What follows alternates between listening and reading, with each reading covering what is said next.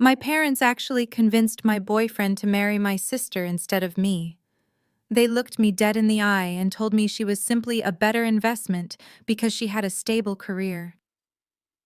Heartbroken and completely humiliated, I left my hometown to build my life from absolute nothing. But 4 years later, at an exclusive multi-million-dollar gala that I personally hosted, they watched my new husband walk into the room and their faces drained of all color. Because the man holding my hand was the exact billionaire they were desperately begging for a financial lifeline. Before I continue this story, let me know where you are watching from in the comments below. Hit that like button and subscribe if you have ever had to build your own empire after your family tried to tear you down. I am Nia, 32 years old. To understand how my own flesh and blood could sell me out, you have to understand the world we lived in. Growing up in the affluent neighborhoods of Buckhead in Atlanta, Georgia, appearances were not just important, they were our entire religion. We were expected to be the absolute pinnacle of Black excellence. In our specific social circle, your country club memberships, the designer labels hanging in your closet, and the balance in your investment accounts dictated your right to exist. My parents, Vivian and Marcus, built their lives around this flawless facade. They viewed people not as human beings, but as strategic assets or unfortunate liabilities. My older sister Simone was their prized asset. She fit their perfect picture effortlessly. She was a senior corporate lawyer, incredibly arrogant, and entirely obsessed with maintaining her pristine reputation among the Atlanta elite. She knew how to play the game, how to network at the right charity events, and how to look down on anyone who did not meet her ridiculous standards. I was the exact opposite, making me the ultimate liability. I worked day and night managing a mid-sized event venue. I got my hands dirty, managed vendor crises, and actually sweat for my paycheck. But in my family, if your job did not come with a prestigious title and a corner office in a glass skyscraper, you were practically invisible. They constantly reminded me that I was falling behind, that I lacked the ambition required to uphold the family name. We were supposed to be the ultimate power family, untouchable and wealthy. But behind closed doors, the truth was far uglier. My parents' logistics company was quietly bleeding money, drowning in debt that they hid behind leased luxury cars and expensive tailored suits. They were absolutely desperate to maintain their lavish lifestyle at any cost, terrified that high society would discover they were sinking.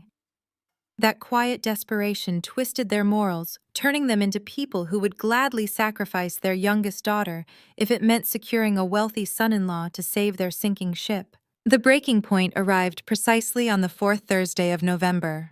It was our annual Thanksgiving dinner, an event my mother choreographed with the terrifying precision of a military general. The dining room of our Buckhead estate was arranged to project absolute perfection. Silver platters gleamed under the crystal chandelier, and the long mahogany table was set for 12 of Atlanta's most influential socialites. Even though we had a full catering staff, my mother insisted I stay on my feet, running back and forth to the kitchen to ensure the presentation was flawless. Simone, of course, was seated at the center of the table, sipping champagne and acting like a guest of honor in her own home. I finally took my seat next to Julian. We had been together for 3 years. He was an ambitious wealth manager, a white man who navigated the wealthy Black elite of Atlanta with practiced ease because in our circles, capital was the only color that truly mattered.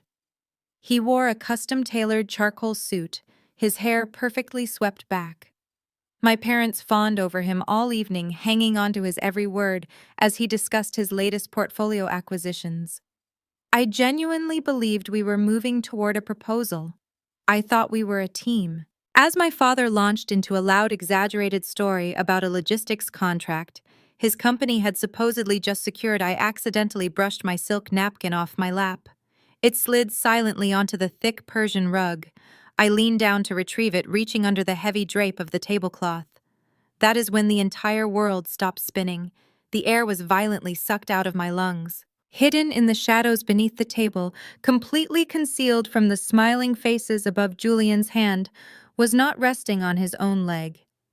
His arm was stretched across the empty space between our chairs, reaching directly towards Simone, who was seated right next to him on the other side. Their hands were tightly locked together. Their fingers were deeply and intimately intertwined. Julian's thumb was slowly tracing soft, familiar circles across my sister's knuckles. It was not a brief, accidental touch. It was the grounded, comfortable physical contact of two people who had been sharing this sickening secret for a very long time. I stayed frozen under the table for 3 agonizing seconds. My brain struggled to process the sheer magnitude of the betrayal. My boyfriend of 3 years and my own flesh and blood. The sister I had grown up with. They were sitting right next to me, breathing the same air, eating the food I had helped arrange, while silently mocking my very existence. A sudden, blinding realization hit me. Simone's sudden interest in Julian's finance stories, the knowing glances they shared when they thought I was not looking, the times Julian had been mysteriously unavailable on the weekends, it all snapped into brutal clarity. I grabbed my napkin and slowly sat back up. I did not gasp. I did not let a single tear form in my eyes. Crying would mean I was a victim, and I refused to play that role. The noise of the dining room rushed back into my ears. My father was still laughing loudly. My mother was smiling her tight, rehearsed smile. Julian turned his head slightly toward me, offering a polite, empty grin as if he were the perfect devoted partner. A cold, sharp fury replaced every ounce of love I had ever felt for him.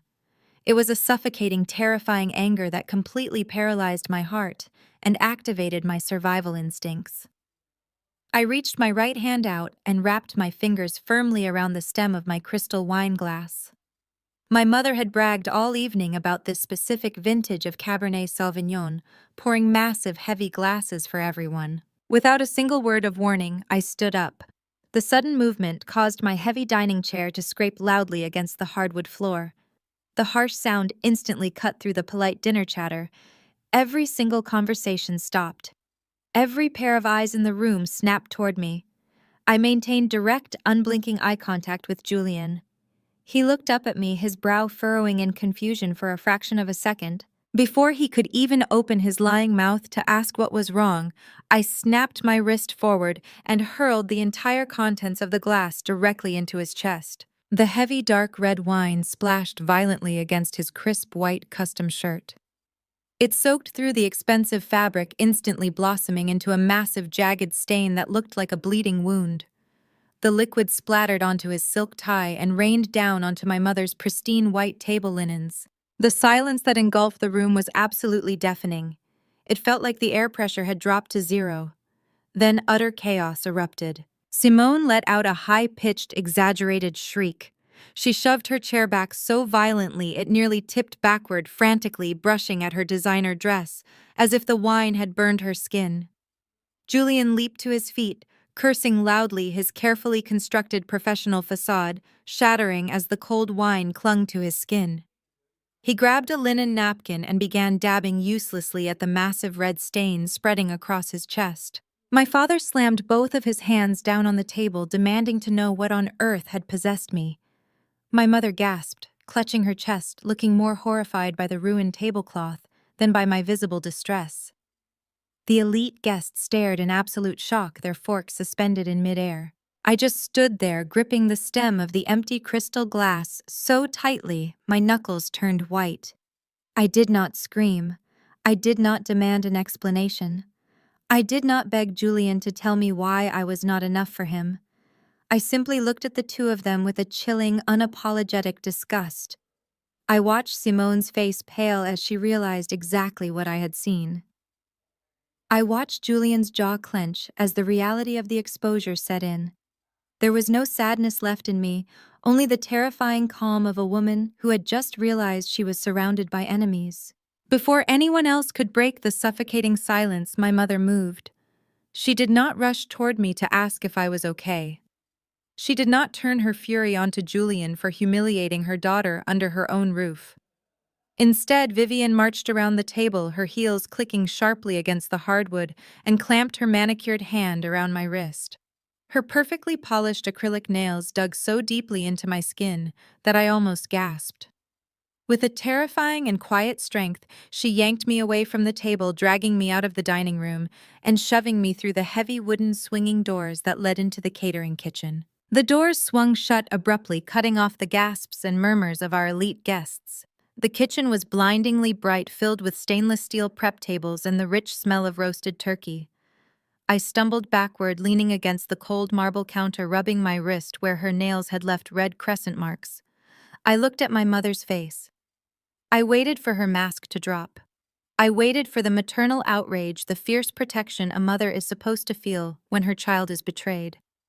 I thought she would pull me into a hug, tell me she was so sorry, and then march right back out there to throw Julian out into the freezing rain. Instead, she glared at me with an expression of pure, unadulterated disgust. "Wake up, Nia," she hissed at me. Her voice was a sharp, venomous whisper, perfectly modulated to ensure the scandal remained contained within the kitchen walls. Look at reality for a single second. Julian is on the absolute fast track to becoming a partner at his wealth management firm. He is actively trying to break into the most exclusive political and financial circles in Atlanta. He needs a high-profile, accomplished black attorney like Simone standing by his side to secure that position. I felt the air violently leave my lungs. My own mother was standing in our kitchen, fiercely defending the man who had just cheated on me with my own flesh and blood. "Simone is a senior lawyer." Vivian continued, stepping closer to me until I was backed entirely against the refrigerator. "She commands respect in every room she walks into. She has the country club connections. She has the pedigree." "What do you have, Nia? You manage a mid-sized event venue. You run around in comfortable shoes, setting up chairs, coordinating caterers, and adjusting floral arrangements for other successful people. You are not a power player. Do you honestly think you can offer Julian the stable, prestigious foundation he absolutely requires to build a real empire?" The cruelty in her words was not born out of sudden anger or the heat of the moment. It was a cold, calculated assessment of my worth, a measurement she had clearly taken a long time ago and found completely lacking. She had always viewed me as the family scapegoat. I was the daughter who stubbornly refused to play the elite society game, the one who chose grueling hard work over superficial networking at charity galas. To her, I was a liability. Simone was the golden investment. "Do not dare stand in your sister's way," my mother ordered, jabbing a manicured finger toward my chest. "This is a massive opportunity for our family. You know your father's logistics company is drowning in debt. We are drowning. Julian has the kind of capital and access that can save all of us. Simone understands duty. She understands what it takes to secure our legacy, and you are acting like a petulant child, throwing a tantrum over a silly little romance." A silly little romance? 3 entire years of my life, my fierce loyalty, my unwavering support, reduced to a childish inconvenience, blocking my family from securing a wealthy white son-in-law. They were practically pimping out my older sister to save their failing business, and they expected me to quietly step aside and applaud the transaction. I opened my mouth to speak, to defend my dignity, to scream that my heart was breaking, but Vivian was not finished. Her cold eyes darted down to my chest. I was wearing an antique diamond and sapphire necklace, a priceless family heirloom that my grandmother had left specifically to me before she passed away. It was the only piece of genuine wealth I owned, and I wore it only on special occasions. My grandmother had explicitly bypassed my mother and sister, handing it directly to me, because she said I was the only one with a genuine heart. Vivian reached forward without a single word of warning. Her cold fingers brushed aggressively against my neck as she forcefully unclasped the jewelry. "What are you doing?" I demanded, my voice finally cracking as I tried to pull away from her grasp. "Simone needs this for a gala tomorrow night," Vivian said smoothly, dropping the heavy, sparkling necklace directly into the pocket of her tailored blazer. "She will be attending the event with Julian, and she needs to look the part of a future partner's wife. You will not be needing it anyway. Event planners do not wear vintage sapphires to set up folding chairs." The physical act of stripping me of my own inheritance to decorate my sister was the ultimate sickening manifestation of my entire childhood. I had always been the donor, the stepping stone, the shadow meant to make Simone shine brighter. When Simone needed a better car for law school, my parents sold mine. When Simone needed a down payment for her luxury condo, my parents drained the college fund I had been saving for graduate school. And now, when Simone needed a wealthy husband to boost her social standing, my mother was physically ripping the jewelry off my neck to dress her up for the theft. My mother did not see me as a person who was bleeding from a profound betrayal. She saw me as a prop room, a place to harvest whatever useful items Simone might need to complete her perfect picture. I stood there feeling the cold air hit my bare neck where my grandmother's necklace used to rest. The stinging reality washed over me, cementing a truth I had spent my entire life trying to ignore. My family did not love me. They only loved what I could do for them, and the moment I became an obstacle to their insatiable greed, they were ready to discard me entirely. There was no maternal warmth in Vivian's eyes. There was only the ruthless calculation of a woman who cared more about maintaining her zip code than the mental and emotional survival of her youngest daughter. She adjusted her blazer, patted her pocket to ensure the stolen necklace was secure, and gave me one final look of absolute disdain. "Fix your makeup," Vivian commanded, turning her back on me to head toward the dining room doors. "You are embarrassing yourself." I watched her walk away, realizing that the family I thought I had was nothing more than a mirage. They had shown me their true faces, and the sheer ugliness of their ambition left me breathless. I was entirely alone. But in that crushing isolation, a new dangerous kind of clarity began to take root in my mind. The heavy kitchen doors swung shut behind my mother, leaving me completely alone with the low hum of the industrial refrigerator. I did not collapse onto the floor. I did not let the tears that were burning the back of my eyes fall. Crying would mean I was a victim, and I absolutely refused to play that role for them. Instead, I pushed myself off the cold marble counter and walked out through the back servant staircase, avoiding the dining room entirely. I took the steps two at a time, the adrenaline pushing the shock out of my system and replacing it with a singular burning objective. I had to leave this toxic environment immediately. I walked into my childhood bedroom, a space that had never truly felt like mine. I pulled my largest suitcase from the top shelf of the closet and threw it onto the mattress. I began packing with a ruthless efficiency. I did not take the designer dresses my mother had forced me to wear for our perfectly staged family holiday photos. I left the expensive, out-of-season handbags that Simone had discarded and passed down to me like I was a charity case. I packed only the practical plain clothes I had purchased with my own paychecks from the event hall. Every single item I placed into that suitcase was a piece of my true identity stripped of their pretentious expectations. Standing over the bed, zipping up the luggage, I felt a surge of absolute power. Looking at my reflection in the mirror, standing tall and unbroken, I realized I was no longer the scapegoat. I was a woman untethering herself from a sinking ship. The bedroom door clicked open. I did not even flinch. I knew exactly who it was before he even spoke. Julian stood in the doorway. He had discarded his ruined suit jacket and his wine-stained shirt. He was now wearing one of my father's spare cashmere sweaters, looking completely at home in the house of the family he had just manipulated. He leaned against the doorframe, crossing his arms with an air of casual, infuriating arrogance. There was no guilt in his posture, no shame in his eyes. "I am sorry it had to happen this way, Nia," he said.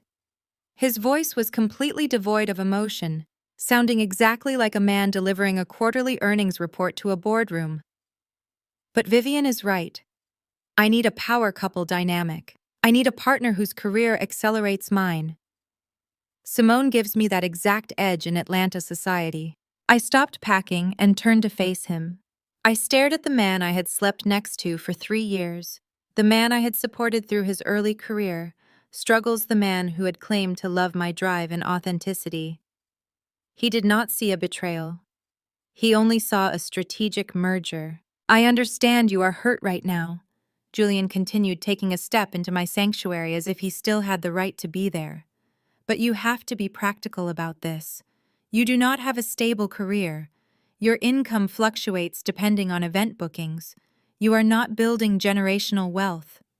I cannot afford to be held back by someone who is constantly struggling to find their footing in the business world." He paused, adjusting the cuffs of my father's sweater, looking down at me with pure condescension. Simone is a senior corporate lawyer. She has the pedigree, the status, and the connections I need to make partner at the firm. You are a good person, Nia, but Simone is a solid investment. Do not make this harder than it has to be. A solid investment. That was all any of this was to them.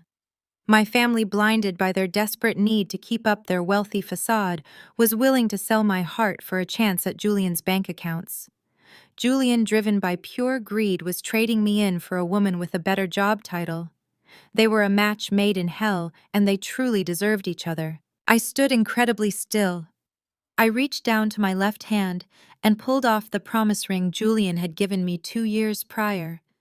It was a modest diamond, something he claimed was just the beginning of our future together. I looked at the ring, realizing now how cheap it truly was, a perfect glittering symbol of his empty promises. I looked directly into his icy blue eyes, raised my hand, and threw the ring straight at his face with all the strength I could muster. The metal struck him hard on the cheekbone before clattering loudly onto the hardwood floor. He flinched, his hand flying up to his face in shock, his arrogant composure cracking for the first time all evening. "Keep it," I said, my voice steady and completely void of warmth. "You can pawn it to help pay for your dry cleaning. And Julian, just so we are clear, you are not marrying into a dynasty. You are marrying into a mirage. Good luck with your investment." I grabbed the handle of my suitcase and walked past him, deliberately bumping his shoulder hard enough to make him stumble backward. I dragged my luggage down the grand staircase. The house was strangely quiet now. The elite guests had likely been ushered into the drawing room to avoid the scandal whispering about the dramatic scene they had just witnessed.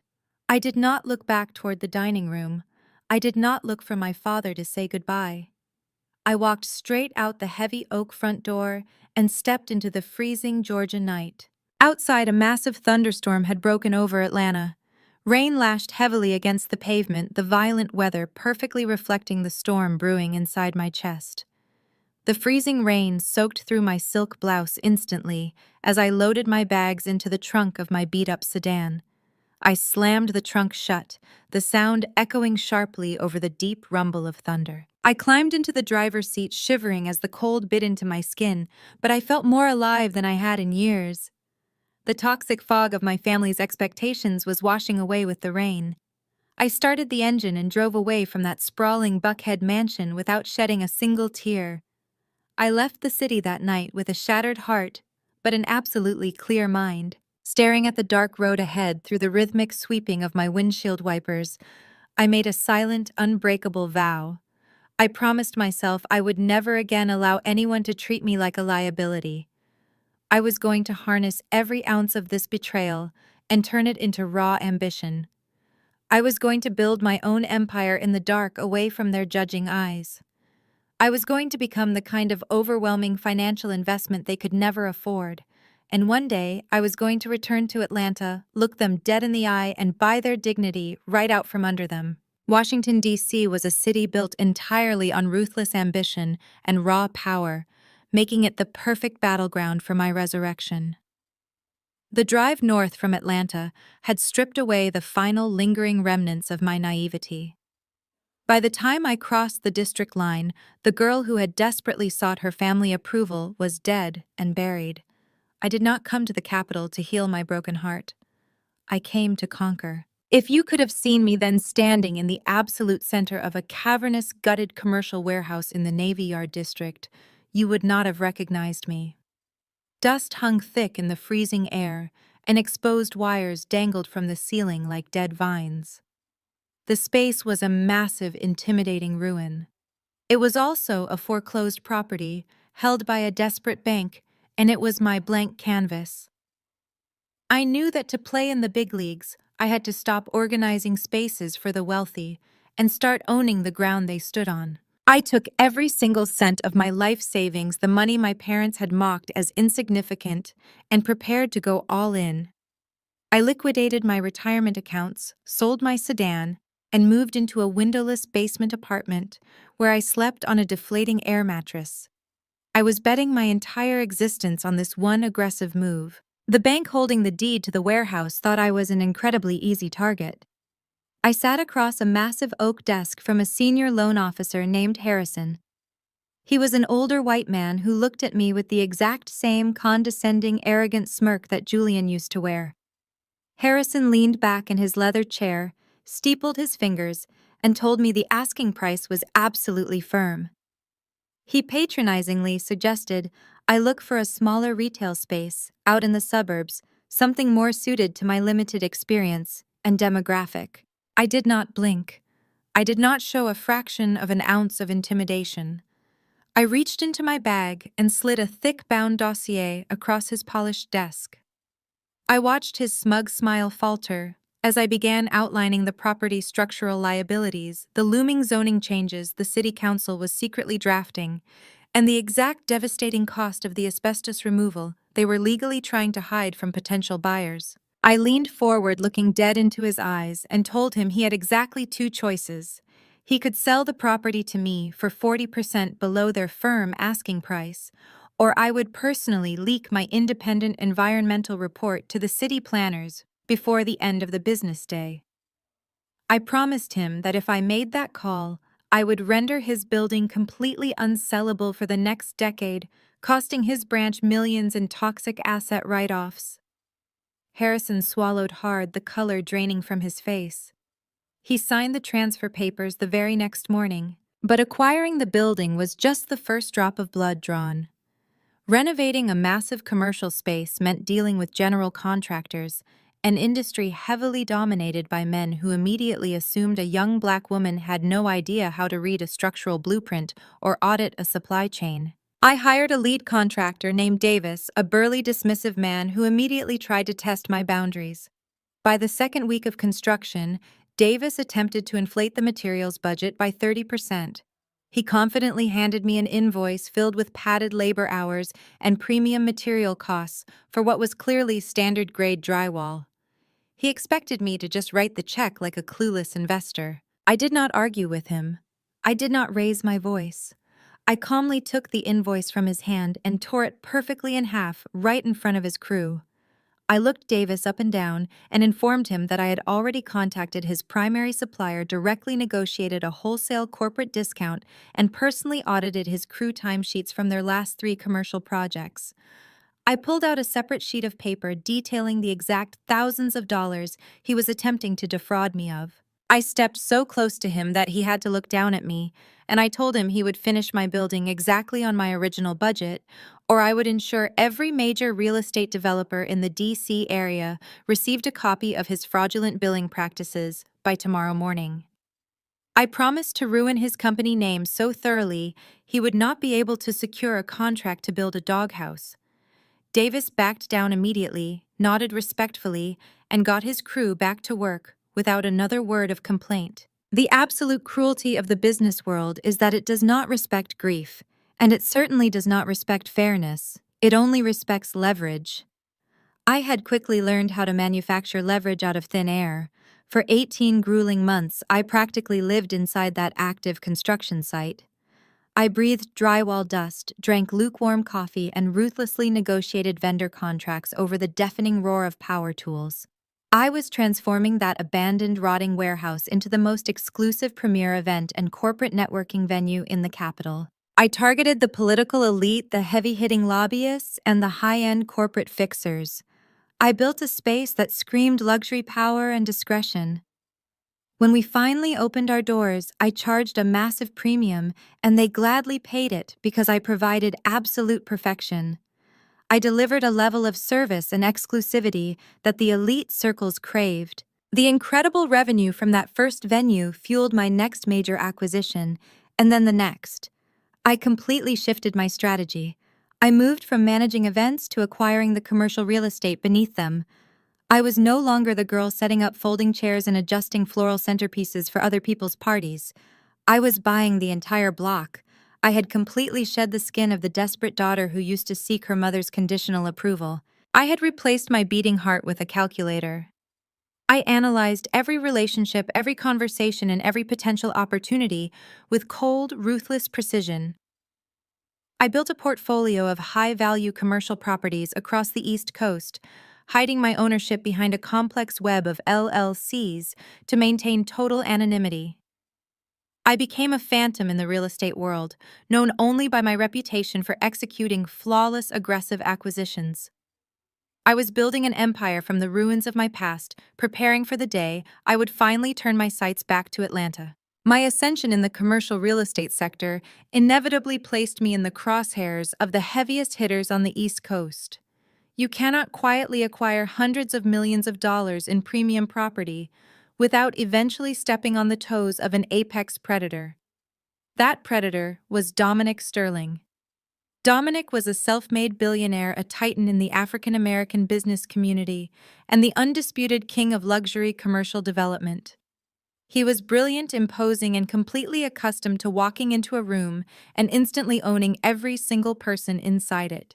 Our collision happened during a closed-door, highly confidential negotiation for a massive waterfront development project in Baltimore. It was the crown jewel of the harbor, a billion-dollar revitalization effort that Dominic had been aggressively circling for over a year. He had spent millions on lobbying architectural drafts and greasing the wheels of local politicians. When the distressed developer finally folded, Dominic walked into that boardroom expecting a simple, straightforward transfer of deeds. He threw a massive cash offer on the long mahogany table, fully expecting the developers to weep with gratitude. I was sitting silently at the far end of that exact same table. I did not work for the developers, and I certainly did not work for Dominic. I represented the Shadow LLC that had just acquired the developer's senior debt from a panicked offshore bank 12 hours prior. When Dominic finished his grand, intimidating pitch, the room went dead silent. The developers looked absolutely terrified. I slowly stood up, buttoned my tailored blazer, and slid a single manila folder across the polished wood directly toward Dominic. I looked him dead in the eye and informed him that his cash offer was completely irrelevant. I explained that I had just executed a hostile takeover of the primary loan, making me the senior creditor. I was legally seizing the entire waterfront property by sunset. I had completely outmaneuvered a billionaire by attacking the foundation while he was busy admiring the roof. The developer scrambled out of the room in a sheer panic, leaving just Dominic and me alone in the sprawling executive boardroom. He stood up slowly, adjusting his custom suit. He towered over me, a physical presence designed to intimidate. We stood face to face, separated only by the sharp edges of our own ambition. I braced myself for the incoming explosion. I expected him to scream, to threaten legal action, to promise to ruin my reputation in the industry. Instead, Dominic let out a low, rumbling laugh. He did not look angry. He looked entirely fascinated. He picked up the foreclosure documents I had slid across the table, his eyes scanning the aggressive, flawless legal maneuvering. "You just hijacked 2 years of my strategic planning in less than 12 hours," Dominic said, his voice a deep, calculating baritone. "It takes a very specific kind of ruthlessness to pull the trigger on a move like this without blinking. Most people would be terrified to make an enemy out of me." I held his intense gaze without flinching. "I am not most people, Mr. Sterling, and I do not make enemies. I eliminate obstacles." A slow, dangerous smile spread across his face. The energy shifting between us was palpable. It was not a sudden, sweeping romance. It was the immediate electric recognition of two predators realizing they hunted with the exact same teeth. Dominic did not see a woman he needed to protect, and he definitely did not see a liability. He saw a mirror. He saw an equal who could match his absolute ferocity in a boardroom and outsmart the most cutthroat players in the game. Dominic did not ask me out for a drink. He did not attempt to charm me with his wealth. He walked back to his side of the table, leaned forward on his knuckles, and proposed an immediate partnership. He laid out the numbers, the potential returns, and the sheer dominance we could exert over the market if we combined my aggressive acquisition tactics with his massive capital reserves and institutional leverage. We started our relationship drafting an ironclad contract. We spent our first official dinner tearing apart blueprints and financial audits, mapping out a total monopoly of the commercial district. The connection we built was entirely grounded in mutual respect, raw ambition, and a shared hunger for absolute power. There was no pretending, no hiding our true natures to make the other person comfortable. For the first time in my entire life, I did not have to shrink myself down to fit into someone else's fragile ego. Dominic demanded excellence, and I delivered absolute perfection. Our professional merger inevitably and seamlessly evolved into a personal one. We were two heavily guarded people who suddenly found the one person on earth we did not have to wear armor around. When Dominic proposed to me a year later, he did not do it with a grand public spectacle designed for social media. We were standing on the top floor of a newly acquired skyscraper in Manhattan, looking out over the city lights. He handed me a diamond ring that carried the weight of a serious corporate asset, looked into my eyes, and asked if I was ready to build an empire that would outlast us both. I said yes, and we legally fused our assets, creating Sterling Holdings. I deliberately chose to operate from the shadows. Dominic was the charismatic face of Sterling Holdings, the untouchable titan who commanded the magazine covers and the charity galas. I was the ghost in the machine, the phantom orchestrating the hostile takeovers and aggressive acquisitions from the safety of total anonymity. No one in the elite circles knew who Dominic Sterling had married. They only knew she was a private, ruthless force of nature. It was the perfect setup, and it led to the most poetic, devastating opportunity of my entire life. 4 years had passed since I drove away from Atlanta in the freezing rain. I was sitting in my private office overlooking the Washington Monument when my lead financial analyst walked in and handed me a distressed asset report. We frequently bought up failing companies for pennies on the dollar, liquidating their assets for massive profits. I flipped open the thick binder and my heart completely stopped. The first target on the list was a mid-sized logistics firm located in Atlanta, drowning in toxic debt, bleeding cash, and desperate for a buyout to avoid total bankruptcy. The owners listed on the document were Vivian and Marcus, my parents. They were officially ruined, standing right on the precipice of absolute poverty. But the universe was not finished handing me perfect ammunition. The second target on the distressed asset report was a boutique wealth management firm that had severely over-leveraged client funds and was now begging for an emergency capital injection to avoid an SEC investigation. The managing director begging for our cash was Julian. He and my sister Simone were now married, desperately trying to maintain their power couple facade while their finances burned to ashes around them. My parents and my sister had destroyed me because they wanted a solid investment. Now they were officially labeled as toxic assets, and they were blindly begging my company to save their lives. I closed the folder. A slow, wicked smile crept across my face. I pressed the intercom button on my desk and called my executive assistant. I told her to draft official invitations to the upcoming Sterling Holdings Billionaire Networking Gala. I gave her 3 specific names to add to the VIP guest list: Vivian, Marcus, and Julian. I instructed her to send them first-class plane tickets and luxury hotel accommodations. It was time to invite the mice directly into the snake pit. Walking away from my desk, I moved slowly through the expansive space of my private office, my heels sinking into the plush carpet as I looked out over the Washington skyline. I had not just invited them to a party. I had spent the last 48 hours ensuring I owned their entire existence. I did not just want to crush my family, I wanted to completely trap them first.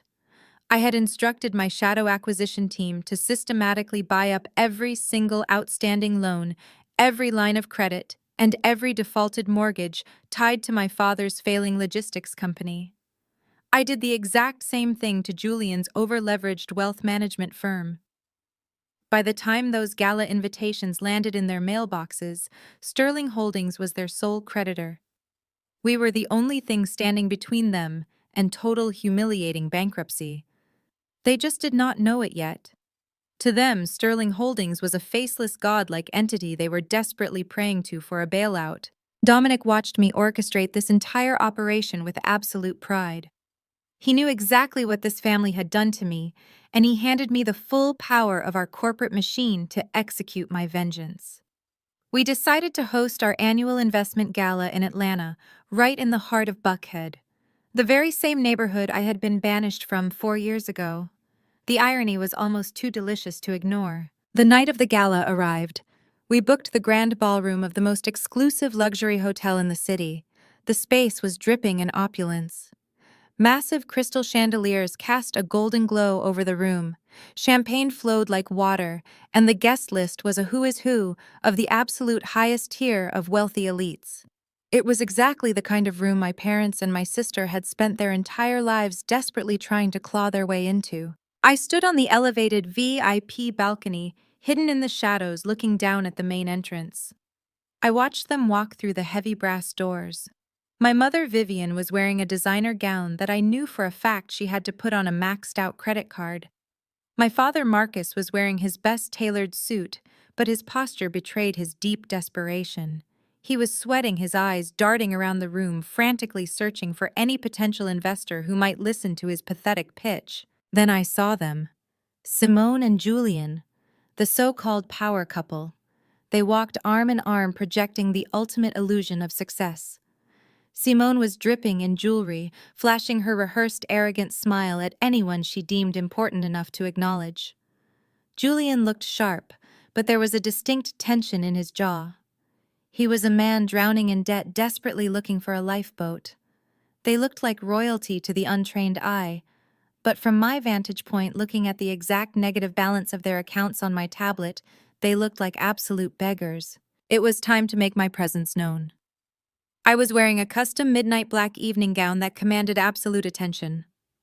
My grandmother's vintage sapphire necklace, the exact piece my mother had violently ripped from my throat 4 years ago, was resting perfectly against my collarbone. I had tracked it down and bought it back from the upscale pawn shop my mother had secretly sold it to when her cash flow first started drying up. I walked down the sweeping marble staircase and stepped onto the main floor. The ballroom was packed, the chatter of 100 business deals echoing off the walls. I deliberately charted a path that would intersect directly with my sister. Simone was standing near a towering ice sculpture at the center of the room, holding a glass of champagne and loudly complaining to Julian about the slow service. I walked straight toward her. I did not alter my pace.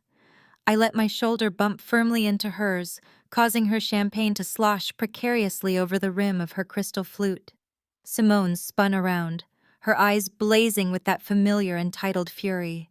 "Watch where you are going!" she snapped, her voice sharp and condescending. She looked at me, her eyes sweeping over my face.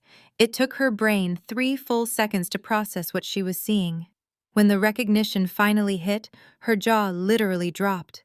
The arrogant sneer vanished, replaced by sheer, unfiltered shock. "Nia," she gasped, her voice dropping to a harsh, disbelieving whisper. "What on earth are you doing here?" Before I could even offer a polite greeting, her shock immediately morphed back into that toxic, deeply ingrained superiority. She looked me up and down, completely failing to recognize the extreme wealth radiating from my attire, blinded entirely by her own prejudice. "Good Lord," Nia, Simone scoffed, rolling her eyes and letting out a harsh, mocking laugh. "Do you work for the hotel now? Are you on the event staff tonight? I should have known they would hire your little catering business for the folding chairs." Julian turned around at the sound of my name. His icy blue eyes widened as he saw me standing there. He looked at me, then looked at Simone, clearly unnerved by my sudden appearance in a room that cost $50,000 just to secure a table. "Listen to me very carefully," Simone hissed, stepping closer to me so no one else could hear. "Julian and I are here to meet with the board members of Sterling Holdings. We are about to secure a massive capital investment that is going to elevate this entire family. I will not have you embarrassing us in front of the most powerful billionaires in the country. Go back to the kitchen, stay out of sight, and do not you dare tell anyone in this room that we are related. Get out of my way. I do not have time to talk to an unemployed dropout when I am busy securing my future." I did not flinch. I did not let a single trace of anger show on my face. I just stood there looking at my sister with a calm, chilling amusement. I let her insult me. I let her dig her grave as deep as she possibly could. I simply smiled, stepped aside, and extended my hand in a polite gesture, allowing her to pass. "Have a wonderful evening, Simone," I said, my voice smooth as silk. "I hope you find exactly what you are looking for." She scoffed, adjusting her dress, and grabbed Julian's arm, pulling him away toward the center of the room to hunt for a billionaire savior that was currently staring right at the back of her head. Julian cast one last confused glance over his shoulder at me before disappearing into the crowd. They were so utterly blinded by their own arrogance that they had no idea they were walking directly onto a minefield. I signaled to my head of security, a towering man in a dark suit who had been watching the entire exchange from a few feet away. I gave him a subtle nod. It was time to initiate the next phase of the evening. It was time to let them humiliate themselves on the biggest stage possible before I dropped the guillotine. I turned my attention to the far side of the ballroom where the silent charity auction was taking place. This was the centerpiece of the Sterling Holdings Gala, an event designed to let the ultra-wealthy flaunt their capital for a good cause. High-value art pieces, exclusive real estate vacations, and rare jewelry were displayed on illuminated pedestals. The elite of Atlanta were circling the displays like vultures, placing outrageous bids just to prove they had the liquid cash to burn. I knew my family would gravitate toward that area. They could never resist an opportunity to pretend they were part of the upper echelon. I watched from a short distance as my mother and father joined Simone and Julian near a stunning abstract painting by a renowned black artist. The current bid was sitting at $40,000. My mother Vivian was holding a glass of champagne, laughing loudly with a group of women she was desperately trying to impress. I could see the exact moment Simone decided she needed to make a statement. She wanted to prove to the room and to any watching Sterling Holdings executives that she and Julian were financially robust power players. Simone confidently picked up the digital bidding tablet next to the painting and typed in a new bid. $50,000. My father looked incredibly nervous, leaning in to whisper something to Julian, who abruptly ran a hand through his hair, clearly sweating. They knew they did not have $50,000. They did not even have $5,000 in liquid cash. But Simone was so addicted to the adrenaline of social climbing that she was willing to gamble money. They did not possess banking on the delusion that they would secure the sterling buyout by the end of the night. The auction coordinator, a sharply dressed woman with an earpiece, approached Simone with a brilliant smile. "Congratulations, ma'am," the coordinator said, her voice projecting clearly over the immediate crowd. "You hold the winning bid for this spectacular piece. If we could just pre-authorize the payment method to secure the donation." Simone offered her most practiced, arrogant smile. She opened her designer clutch and pulled out a gold credit card, handing it to the coordinator with a theatrical flourish. "Of course.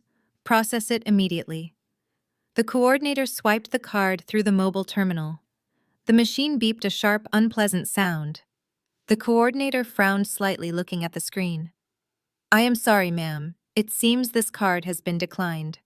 Would you like to try another?" Simone's smile froze. A few heads turned in our direction. The wealthy socialites my mother had been trying to impress suddenly grew very quiet, their eyes locking onto the unfolding scene. "That is impossible," Simone snapped, snatching the card back. "Run it again. Your machine is clearly malfunctioning." The coordinator remained perfectly polite but firm. "I can run it again, ma'am, but the error code indicates insufficient funds." Julian quickly stepped forward, his face flushing a deep, embarrassed red. He reached into his own wallet. "Use this one," he muttered, handing over his corporate card. "Just push it through quickly." The coordinator swiped Julian's card. Another harsh beep echoed in the quiet space. "Declined," she stated, her voice losing its warmth.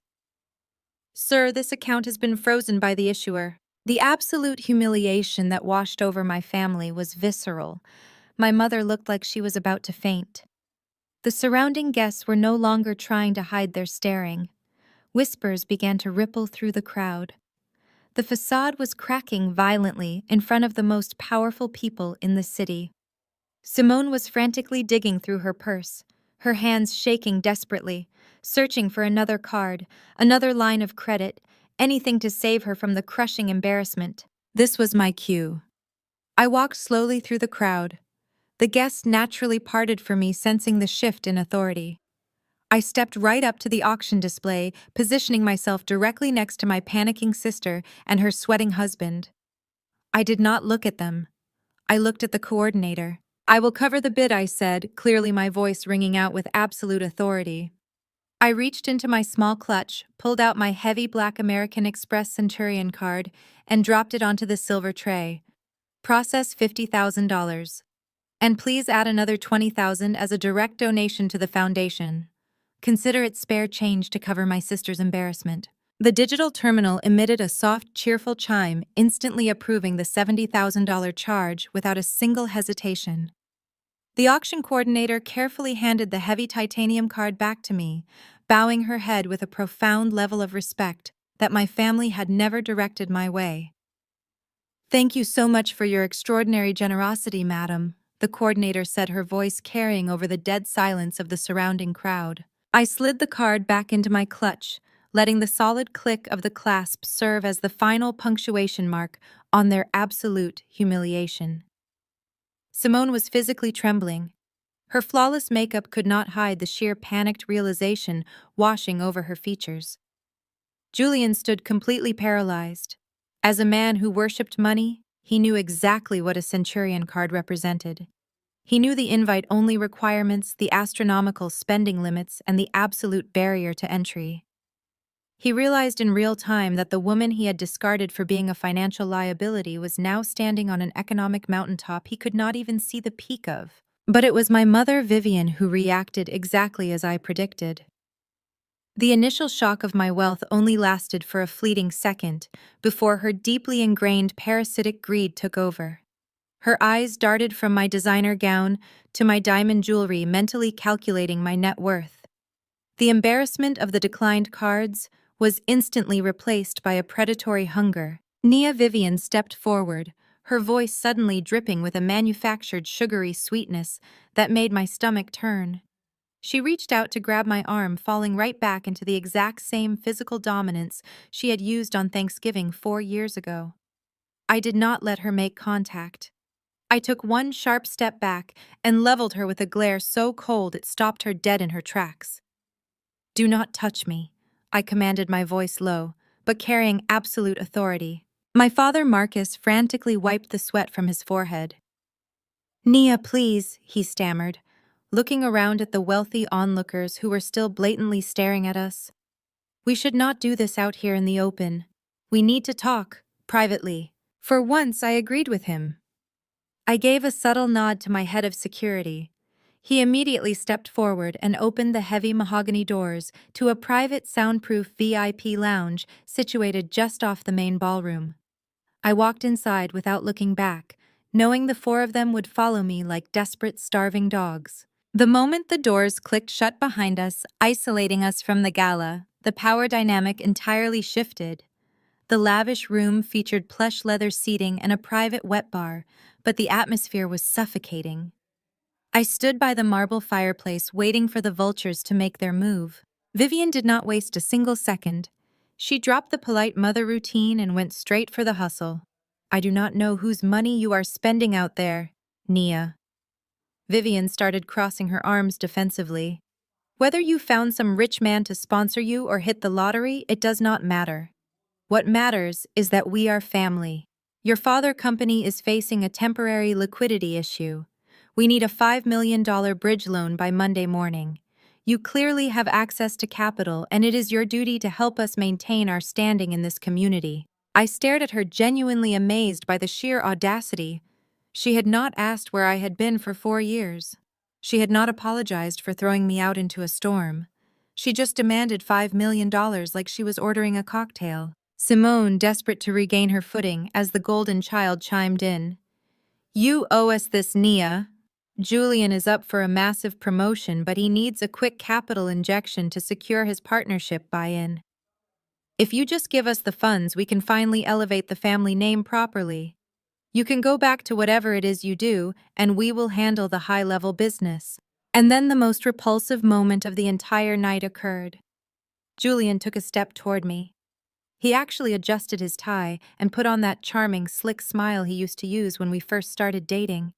He thought he could just flip a switch and manipulate me all over again. "Nia," Julian said, his voice dropping an octave into a tone he clearly thought was persuasive. "If you have somehow come into this kind of capital, you need professional management. My firm can multiply your assets, Simone and I have the network, but we just need a temporary financial bridge. I know we have our history, but you and I always made a great team. Let me handle your portfolio. We can help each other." I let out a slow, chilling laugh that bounced off the soundproof walls. I walked over to the glass coffee table in the center of the room. My executive assistant, who had been waiting quietly in the corner, handed me a sleek, thick leather folder. I tossed it onto the glass surface. The heavy thud made Julian jump. $5 million, I repeated, looking directly at my father. "Marcus, your logistics company is not facing a temporary liquidity issue. It is completely irrevocably insolvent. You have secretly taken out second and third mortgages on the Buckhead estate just to pay for your leased luxury cars and Vivian Country Club fees. You are 90 days away from total foreclosure and a complete public bankruptcy." Marcus collapsed into a leather armchair as if I had just shot him in the chest. Vivian's face turned a sickening shade of gray. I turned my predatory gaze to Julian, shutting down his arrogant smirk permanently. "And you want to manage my assets?" "Julian, you are currently under a massive internal investigation by your own compliance department. You have been quietly misappropriating client funds for the last 8 months just to pay for Simone lavish designer lifestyle. You are not a wealth manager on the verge of a partnership. You are a glorified thief standing right on the razor edge of a federal indictment by the SEC." Julian staggered backward, his mouth opening and closing soundlessly. The blood drained from his face until he looked like a corpse. Simone grabbed his arm, looking at him in sheer panic, realizing her perfect husband was a financial criminal. "You are lying!" Simone shrieked, her voice cracking with hysteria. "Julian is a top-tier executive. I am a senior attorney at Davis & Associates. We are the elite. You are just trying to tear us down because you have always been jealous of my success." "Your success?" I challenged, taking a step toward her until she was forced to look up at me. "Simone, you are a mid-level lawyer swimming in credit card debt.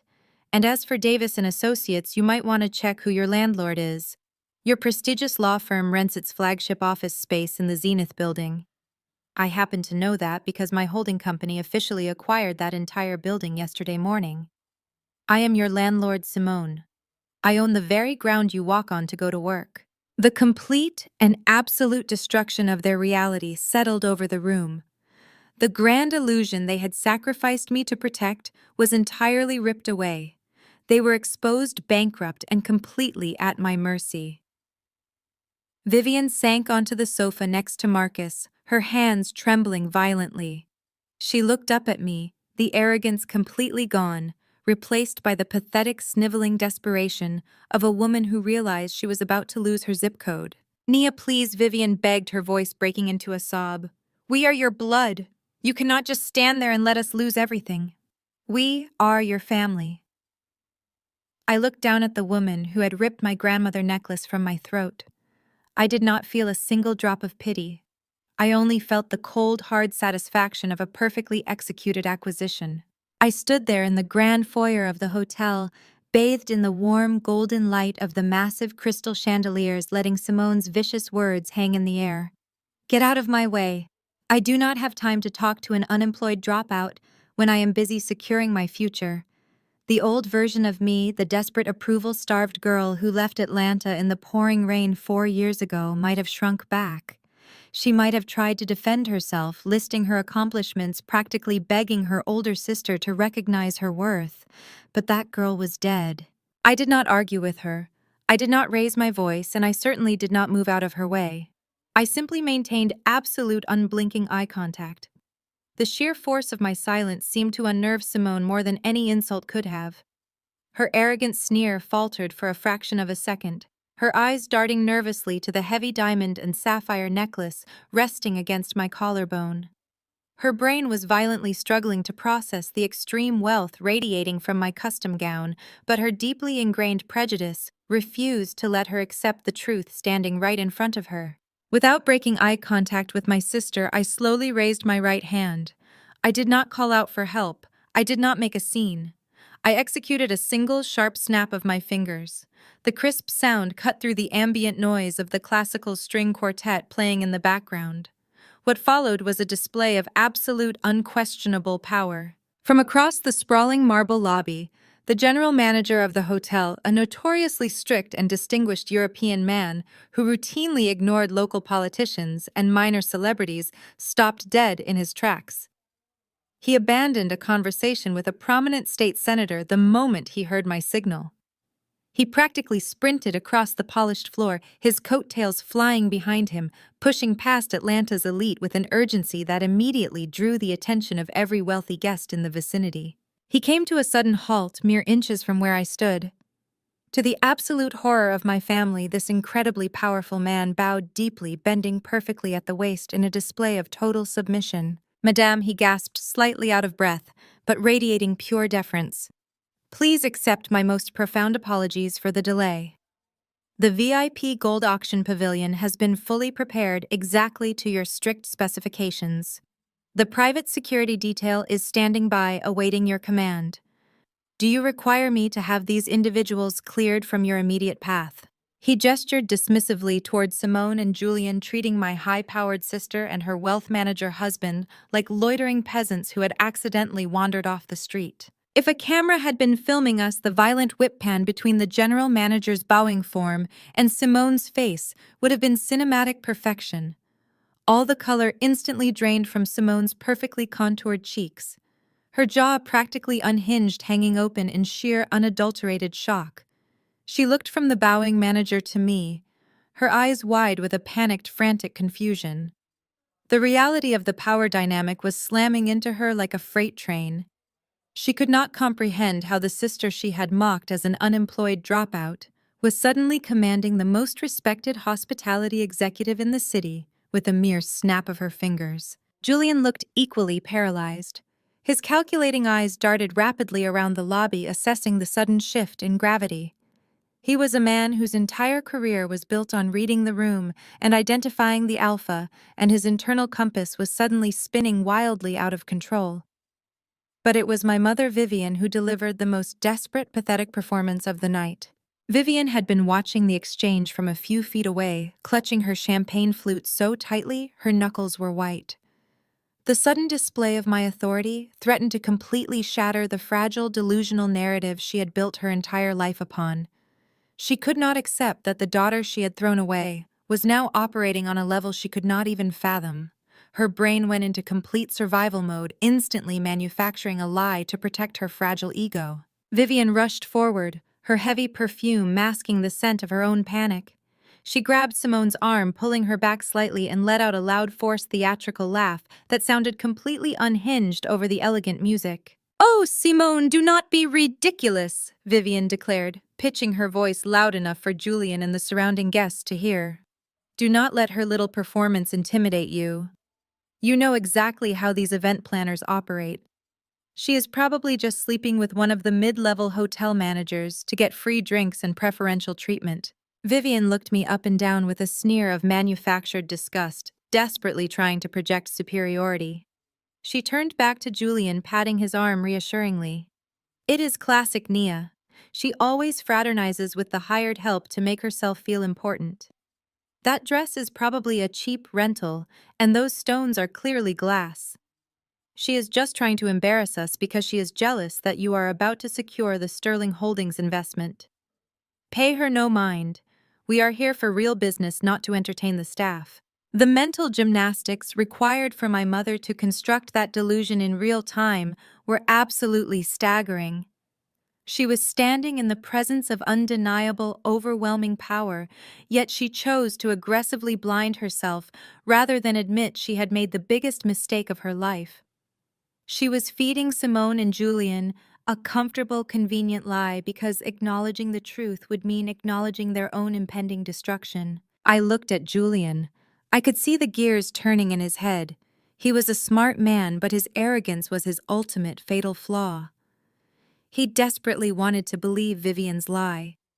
He wanted to believe I was just a bitter ex-girlfriend playing a pathetic prank, because accepting the alternative meant accepting that he had made a catastrophic miscalculation 4 years ago. I watched him physically relax, his shoulders dropping as he bought into my mother's toxic delusion. I did not correct Vivian. I did not reveal my bank account balances. I did not announce that I owned the very hotel we were standing inside. Defending myself would imply that their opinion still held any weight in my world. Instead, I let them marinate in their comforting lies. I wanted them to feel confident. I wanted them to walk into the grand ballroom believing they were the smartest, most powerful predators in the room, completely unaware that the doors were about to lock behind them. I looked at the general manager, who was staring at my mother with a mixture of absolute horror and outrage, clearly waiting for my permission to have her forcibly removed from the premises by armed security. "That will not be necessary, Laurent," I said, my voice smooth, calm, and terrifyingly cold. "Let them pass. They are very eager to visit the charity auction, and I would hate to ruin their evening before the main event has even begun. Make sure they have a clear path to the bidding tables. They are going to need all the entertainment they can get tonight." Laurent bowed again, stepping back and gesturing for the security team to stand down. "As you command, madame." I stepped aside, offering them a clear, unobstructed path toward the grand ballroom. I looked directly into Simone's panicked eyes and gave her a slow, predatory smile. "Have a wonderful time spending money you do not have, Simone. I will be watching." Vivian practically dragged Simone and Julian away, whispering frantically to them as they rushed toward the grand double doors, fleeing my presence, as if I were a ghost that had just risen from the grave to haunt them. I stood perfectly still, watching them disappear into the glittering crowd. They were marching directly into the center of my meticulously designed trap. The trap was set, the bait was taken, and the absolute destruction of their fake plastic empire was now only minutes away. I stepped into the grand ballroom a few minutes after they did, letting the sheer magnitude of the crowd swallow my presence. The charity auction pavilion was situated at the very center of the room, elevated on a circular platform and illuminated by dramatic focused spotlights. It was a dazzling display of wealth designed specifically to force the elite of Atlanta into a public contest of egos. On display were diamond watches, keys to private island villas, and the crown jewel of the evening, a breathtaking original abstract painting by an incredibly famous Black contemporary artist. The starting bid was $20,000, an amount that would have made the old version of me feel sick to my stomach. Tonight, it was pocket change. I watched from the shadows of a massive floral arrangement as Simone, Julian, and my parents gravitated straight toward the art display. Simone was scanning the room with the frantic energy of a desperate social climber. She spotted a group of older, distinguished men standing near the painting. I recognized them immediately. They were senior executives from my own holding company. Simone, however, only recognized their expensive bespoke suits and the aura of extreme wealth they projected. She clearly assumed they were the key to unlocking the investment Julian so desperately needed. She grabbed Julian by the arm, her fingernails digging into his tuxedo jacket, and forcefully steered him toward the display. I watched the exact moment my sister decided to gamble her entire non-existent financial future. She wanted to make a statement. She wanted to prove to the men she assumed were her saviors that she and Julian were already operating in their stratosphere. She picked up the digital bidding tablet mounted on a velvet stand next to the painting. I could see Julian tense up. He leaned in, whispering something frantically into her ear, undoubtedly warning her that their accounts were currently drowning in red ink. But my mother, Vivian, stepped right up behind them. I watched Vivian place a reassuring hand on Julian's shoulder, nodding encouragingly at Simone. In their twisted reality, you had to project absolute wealth to attract it, even if you were secretly bankrupt. Simone typed a number into the tablet with a dramatic, arrogant flourish. She hit submit. The large digital display above the painting flashed brightly, updating the highest bid for the entire ballroom to see: $50,000. A murmur of impressed approval rippled through the immediate crowd. The senior executives Simone had been targeting turned to look at her, raising their champagne glasses in polite acknowledgement of the generous charitable contribution. Simone practically glowed, her chest puffing out as she absorbed the validation she had been craving her entire life. She looked at Julian, giving him a smug, victorious smile. For exactly 2 minutes, she was the absolute queen of Atlanta society. Then the auction coordinator approached. She was a sharply dressed woman carrying a sleek silver tray, holding a mobile payment terminal. She stopped directly in front of Simone, offering a brilliant professional smile. "Congratulations on winning the centerpiece of our auction, ma'am," the coordinator said, her voice projecting clearly over the surrounding chatter. "It is a spectacular piece, and your generous $50,000 contribution will go entirely to our educational foundation. If we could just process the payment now to secure the donation and arrange for delivery." The air around my family instantly shifted. The adrenaline of the public bid rapidly evaporated, replaced by the crushing, terrifying reality of the transaction. Simone maintained her arrogant facade, but her movements were suddenly rigid.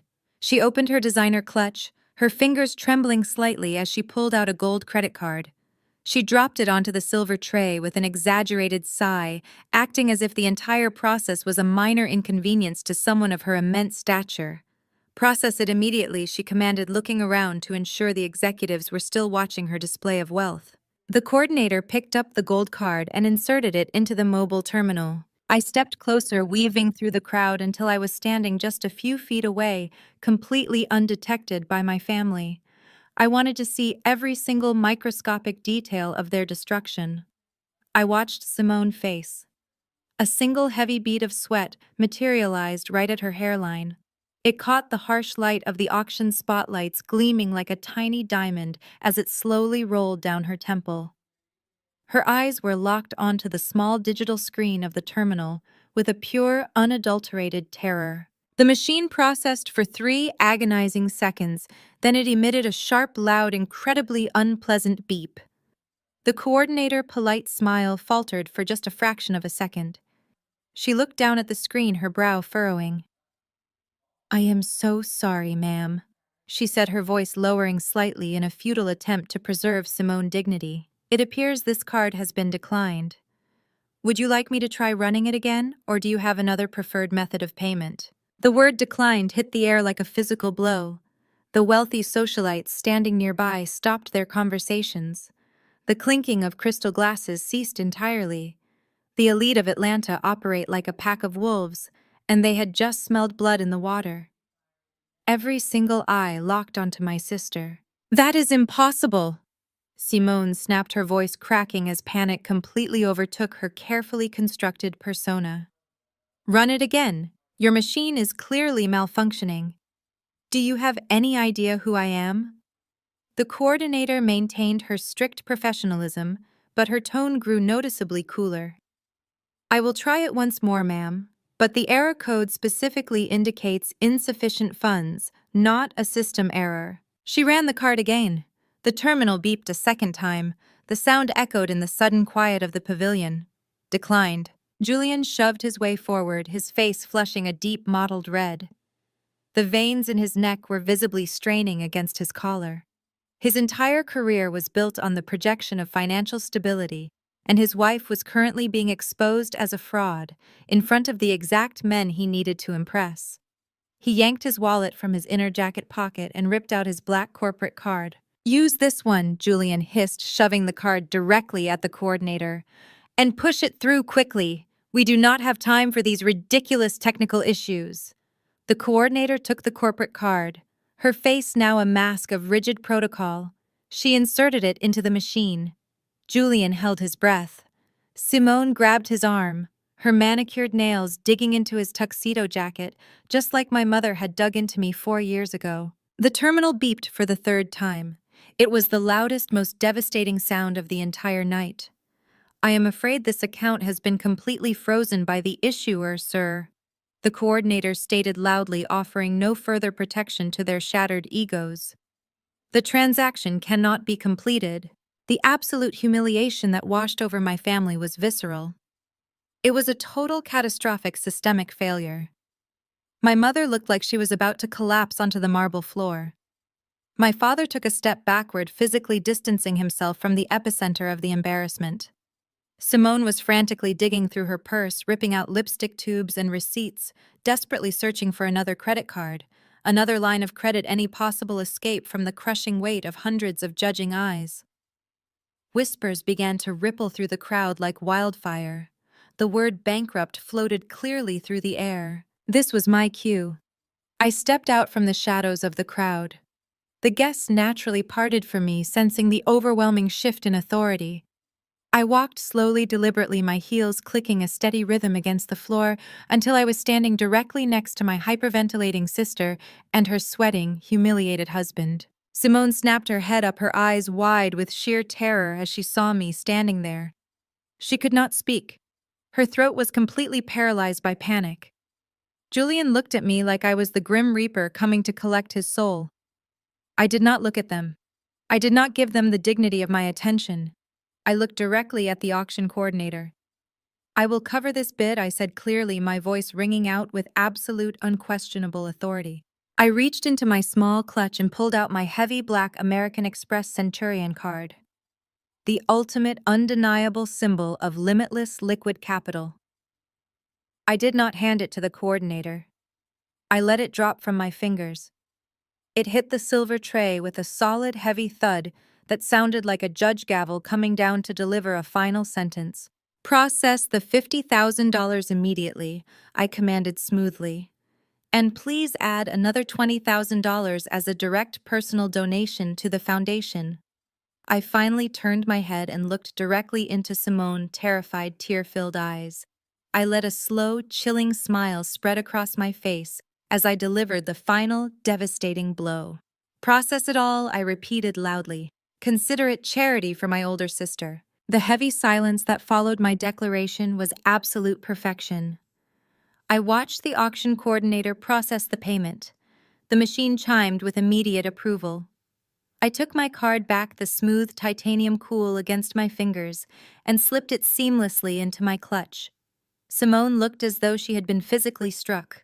Her chest heaved with ragged, panicked breaths, and her eyes darted frantically around the room, witnessing the elite society she worshipped turning their backs on her. Julian simply stared at the floor, his entire corporate identity shattered into worthless pieces. But it was my mother, Vivian, who delivered the most grotesque performance of the evening.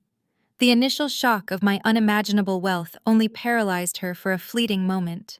I watched the exact second her deeply ingrained parasitic greed completely overwrote her humiliation. The embarrassment of her golden child declining credit cards was instantly erased by a blinding predatory hunger. Her eyes raked over my custom gown, the vintage sapphires, and the imposing security detail standing a few feet away. She was mentally calculating my net worth, treating me not as a daughter she had thrown away, but as a freshly discovered bank vault waiting to be looted. Vivian stepped forward, her posture shifting from defensive panic to a sickeningly manufactured maternal warmth. She reached out her hands, trembling with greedy anticipation, intending to grab my arm and pull me aside, just as she had done on Thanksgiving 4 years ago. I did not move an inch. I merely leveled her with a glare so violently cold that she stopped dead in her tracks, her hands freezing in midair. "We need to speak privately," Vivian demanded, her voice a frantic, hushed whisper, designed to avoid further public scrutiny. "Right now, Nia." My father Marcus frantically wiped the sweat pooling on his forehead. He looked absolutely pathetic, a hollow shell of the proud patriarch he always pretended to be. "Nia, please," he stammered, casting terrified glances at the wealthy onlookers who were eagerly watching our family drama unfold. "We cannot do this out here in the open. We need a room." For once in my life, I entirely agreed with them. The main ballroom was for the exhibition. The slaughter needed to happen behind closed doors. I gave a subtle, sharp nod to my head of security. He immediately stepped forward, parting the crowd with his massive frame, and pulled open the heavy oak doors leading into an exclusive soundproof VIP lounge situated just off the main exhibition floor. I walked inside without looking back, knowing with absolute certainty that the 4 of them would follow me like starving, desperate scavengers. The moment the heavy doors clicked shut behind us, completely isolating us from the glittering gala, the power dynamic of my entire childhood officially inverted. The lavish room featured plush leather seating, dim ambient lighting, and a private wet bar, but the atmosphere felt entirely warped and suffocating. The moral compass of the room was so distorted it felt as though the walls were tilted at a sickening angle. I stood firmly by the marble fireplace, standing tall and untouchable, waiting for the vultures to make their move. Vivian did not waste a single second attempting to apologize. She did not ask where I had been living for the past 4 years. She did not ask if I was happy, if I was safe, or how I had managed to acquire a titanium credit card. She dropped the polite mother routine instantly and went straight for the hustle. I do not know whose money you are spending out there, Nia. Vivian started aggressively crossing her arms over her chest, as if she still held any authority over me. Whether you found some rich old man to sponsor your lifestyle, or you hit the lottery, it really does not matter right now. What matters is that we are family, and we have an emergency. I stared at her, genuinely mesmerized by the sheer, unadulterated audacity radiating from her pores. She was demanding my capital while simultaneously trying to insult my intelligence, completely incapable of believing that a black woman could build her own empire without riding the coattails of a wealthy man. Your father company is facing a very sudden liquidity issue. Vivian continued, her voice growing sharper, more demanding. We need a $5 million bridge loan by Monday morning at the absolute latest.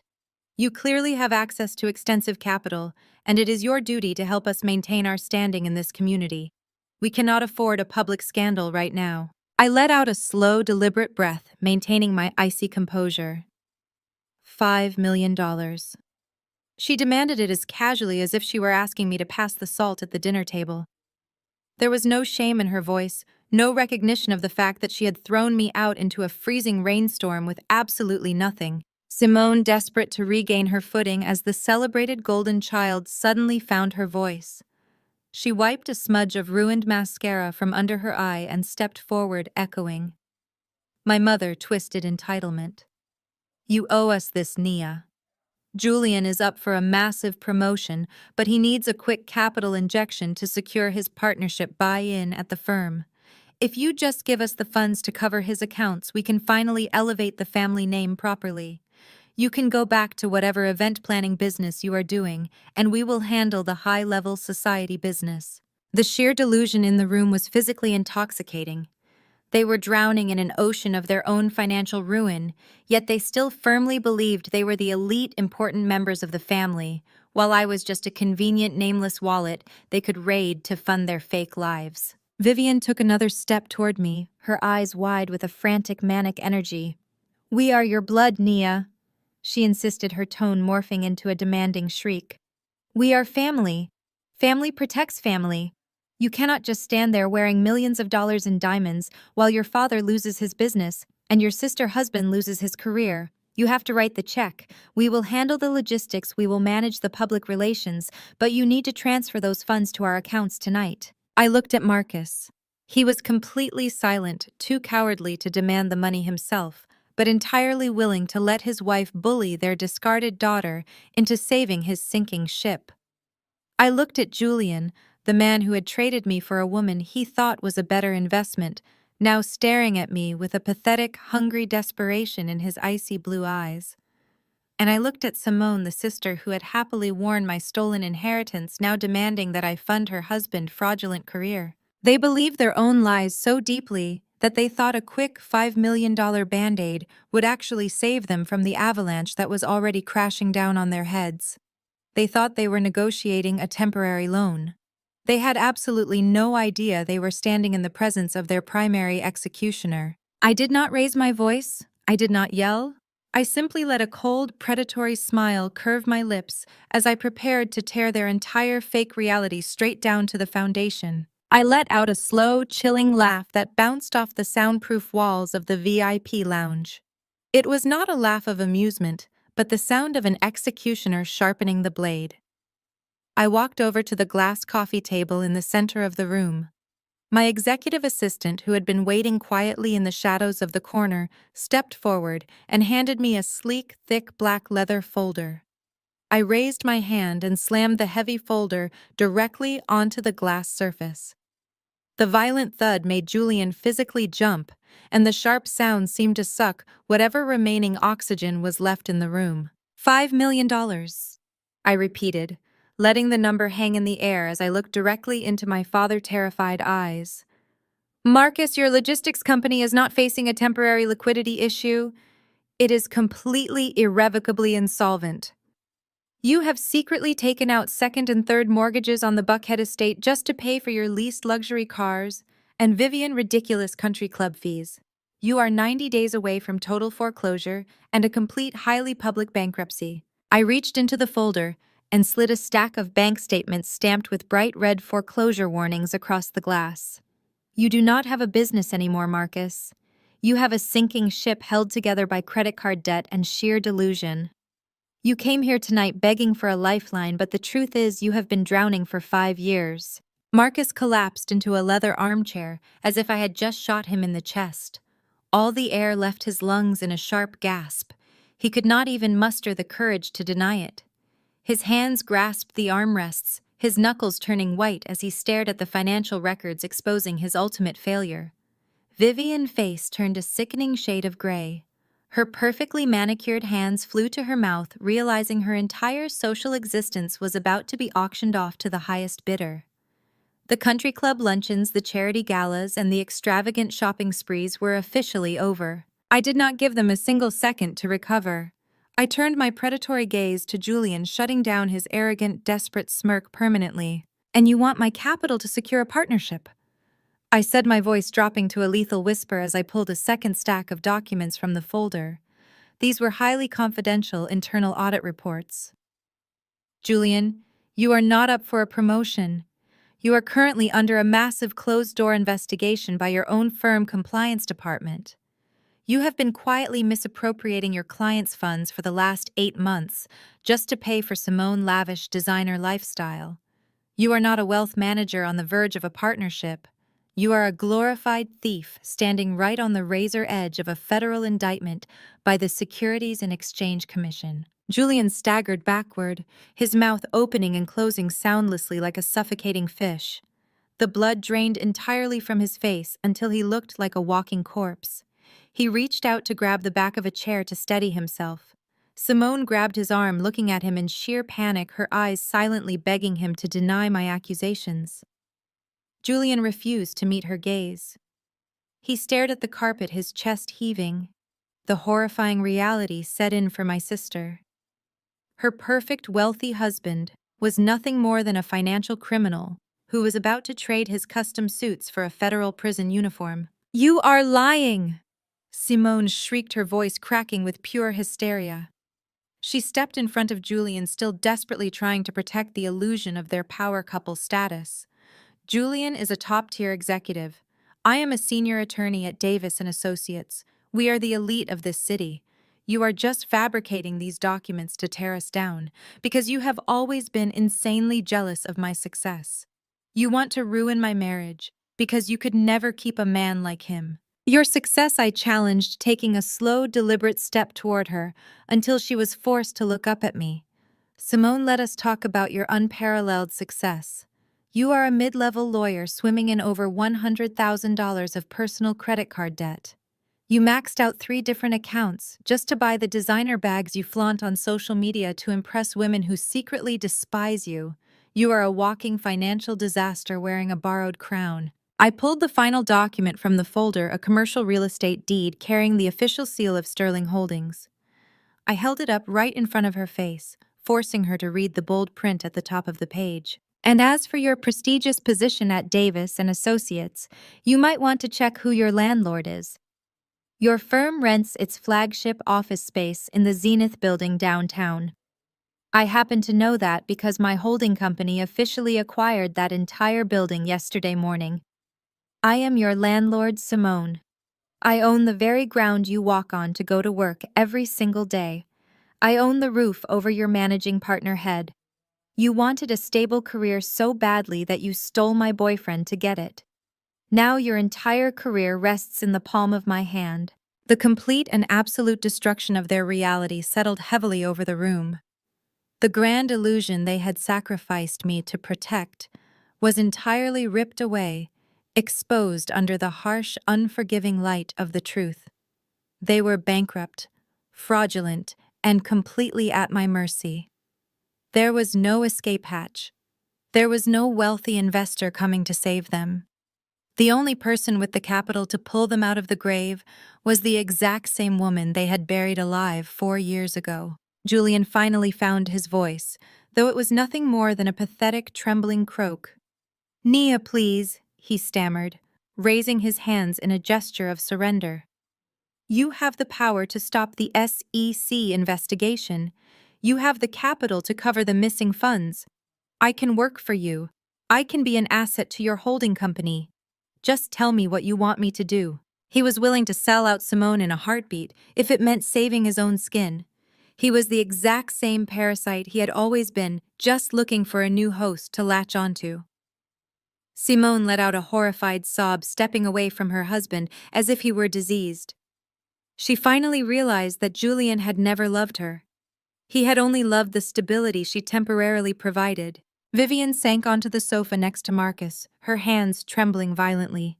She looked up at me, the arrogance completely gone, replaced by the pathetic sniveling desperation of a woman who realized she was about to lose her coveted zip code and her elite status. "Nia, please," Vivian begged, her voice breaking into a wretched sob as tears finally spilled over her perfectly contoured cheeks. "We are your blood. You cannot just stand there and let us lose everything. We are your family.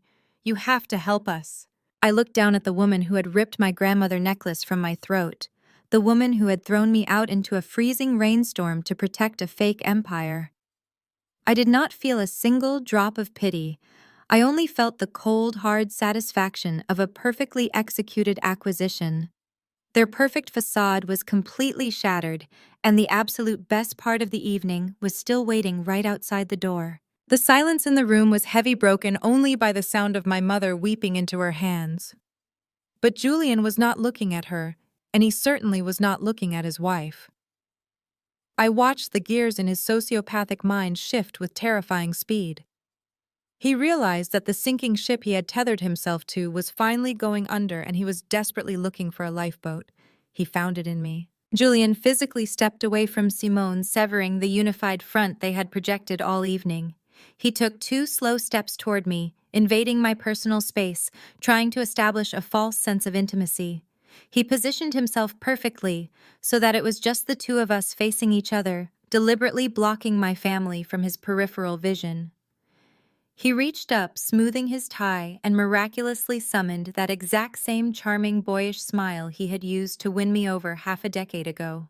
"Nia, listen to me." Julian began, his voice dropping into a soft, persuasive register that completely ignored the devastation occurring right behind him. "I made a catastrophic mistake 4 years ago. I was young, I was under immense pressure from the partners at my firm, and I let myself be manipulated. Simone played on my career anxieties. She convinced me that I needed a specific type of social armor to survive in this city. But she was never you. She never had your fire, your brilliance, or your absolute raw potential."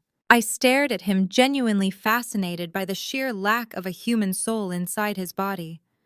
He was throwing the woman he had married directly to the wolves without a single second of hesitation. Julian took another step closer, lowering his voice even further, as if we were the only 2 people in the room. "You and I, we were the real team," he murmured, offering me a look of practiced vulnerability.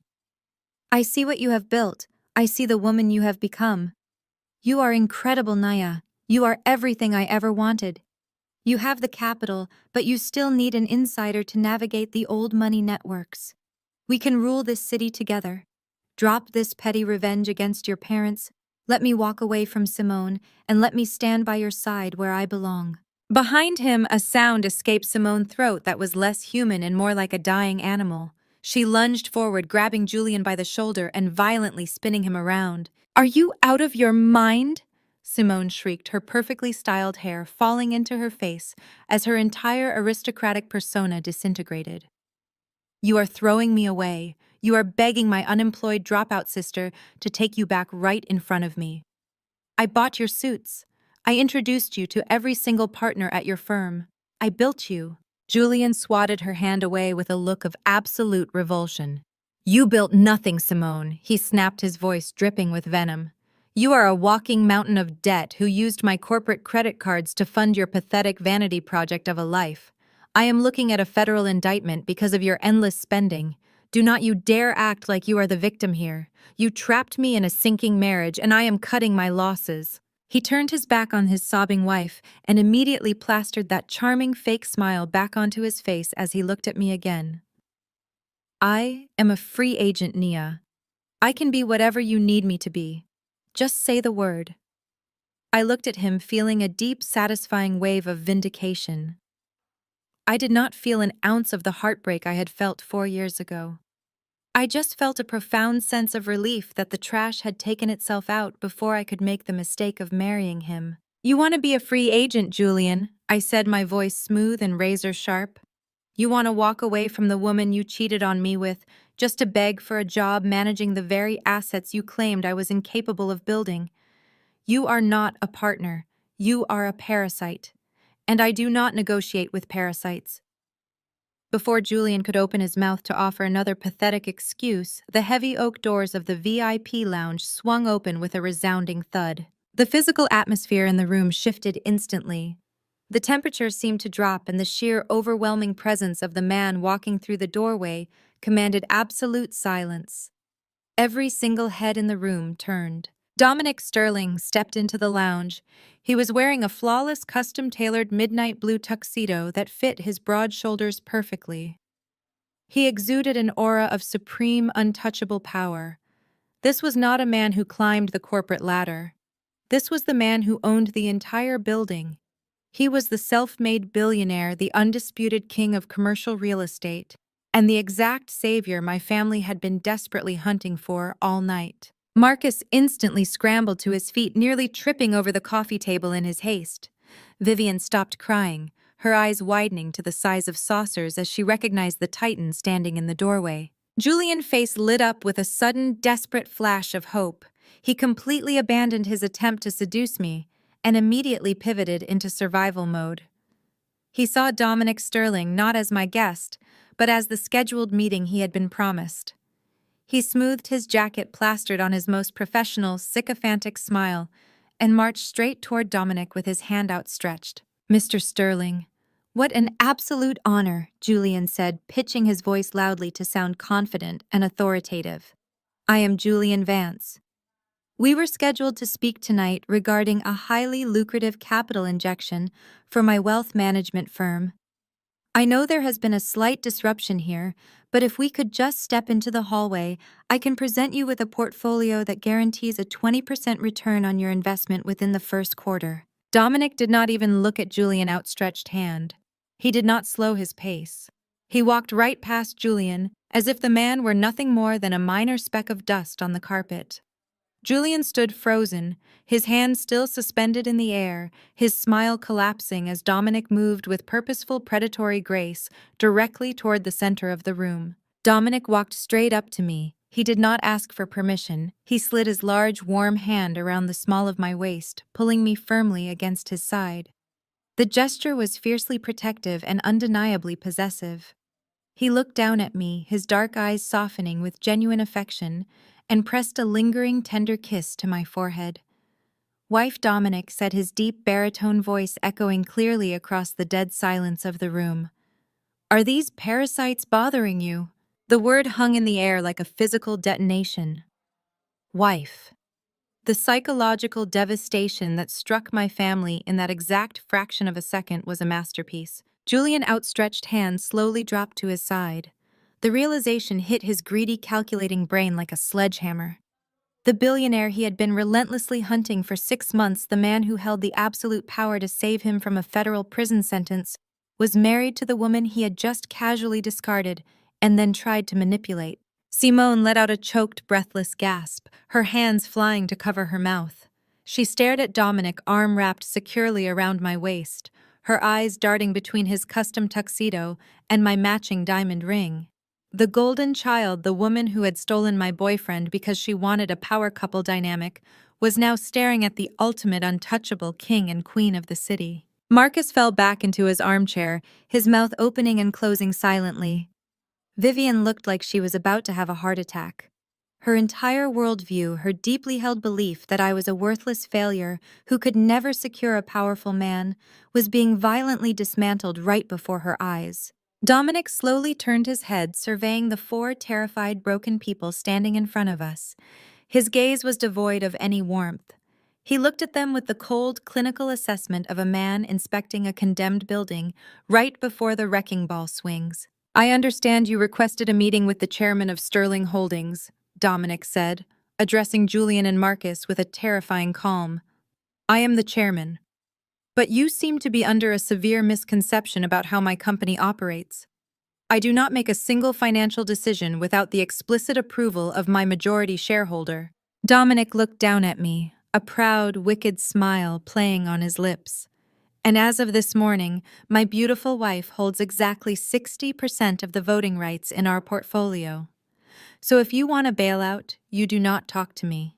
You beg her." The silence that followed was not just quiet, it was a complete, suffocating vacuum. The entire room seemed to physically stretch and expand around us, making the four people standing across from me look incredibly small, pathetic, and entirely insignificant. It was as if a camera were slowly pulling back, capturing the sheer magnitude of the power dynamic shifting permanently in my favor.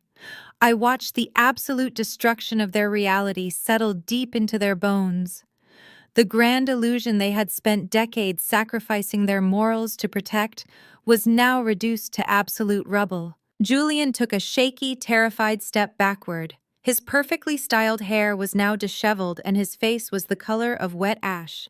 His mouth opened but no sound came out.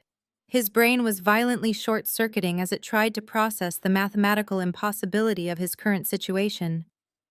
The woman he had casually discarded in a kitchen 4 years ago because she lacked a stable career was now the apex predator of the commercial real estate world.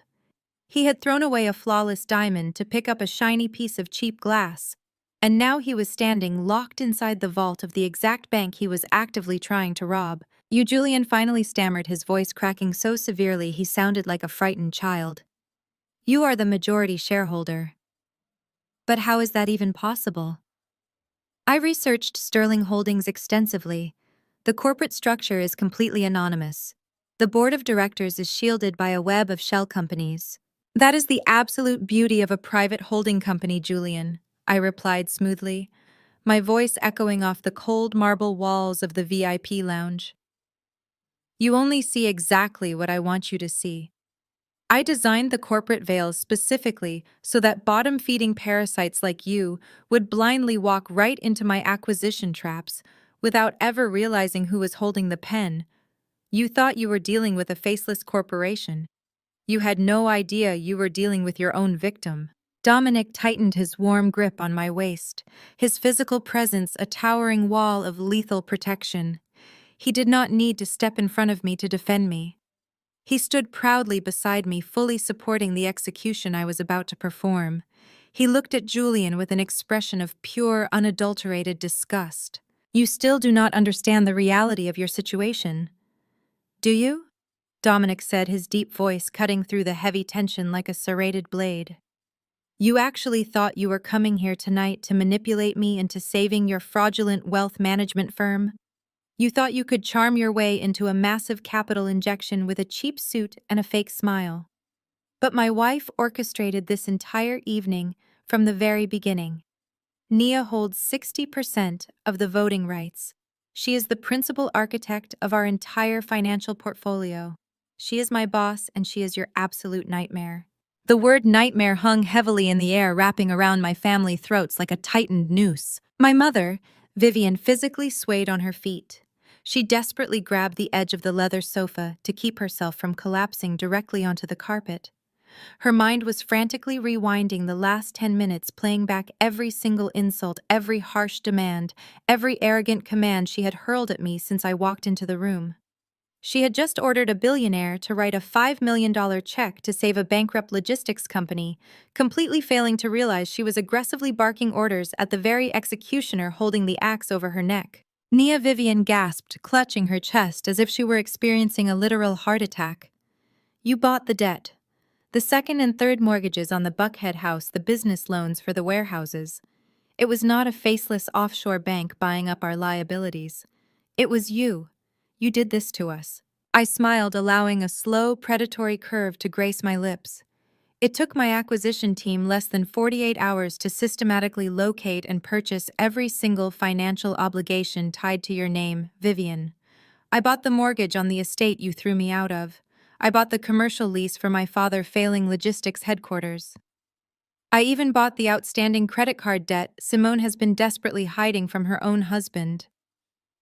I bought it all for absolute pennies on the dollar because your entire existence is classified as a highly toxic asset by every major financial institution in the city. Marcus buried his face in his hands, letting out a low, wretched groan of pure defeat. The proud patriarch, the man who had allowed his wife to throw his youngest daughter out into a freezing rainstorm without a second thought, was now sobbing quietly into his palms. He knew it was entirely over. There was no clever negotiation tactic that could save him. There was no wealthy friend he could call for a favor. He was completely and utterly at the mercy of the daughter he had treated like an expendable burden. But Simone's reaction was the true masterpiece of the evening. The golden child was entirely stripped of her fake golden armor. Her rented designer gown looked ridiculous now, like a cheap costume worn by an imposter. She looked at Julian, the husband who had just tried to trade her for a job opportunity, and then she looked at me, the sister who now owned the very building her prestigious law firm operated inside. Her entire identity, her deeply rooted superiority complex, her status as the successful, accomplished daughter was utterly annihilated in a matter of seconds. "You planned this from the start," Simone whispered, tears of pure terror spilling over her eyelashes and ruining her meticulous makeup. "You set us up. You invited us to this gala just to humiliate us in front of the entire city." I took a slow, deliberate step forward, pulling myself out of Dominic's embrace to stand entirely on my own. I did not need his physical protection to handle them. I just needed my own absolute certainty. "I did not humiliate you, Simone," I stated, my voice ringing with crystal-clear authority. "You humiliated yourselves. You blindly bid on a $50,000 painting with zero funds in your bank account because your fragile ego demanded public attention. Julian begged a man he had never met for money because he is a desperate fraud trying to cover up his crimes. Vivian demanded millions of dollars from a daughter she disowned because she is a greedy parasite. I did not force any of you to do those things. I simply provided the stage, turned on the bright spotlights, and let you expose your own profound ugliness to the entire world." Julian suddenly fell to his knees. The sudden movement was so pathetic, so utterly devoid of any human dignity, that even Dominic let out a soft scoff of revulsion.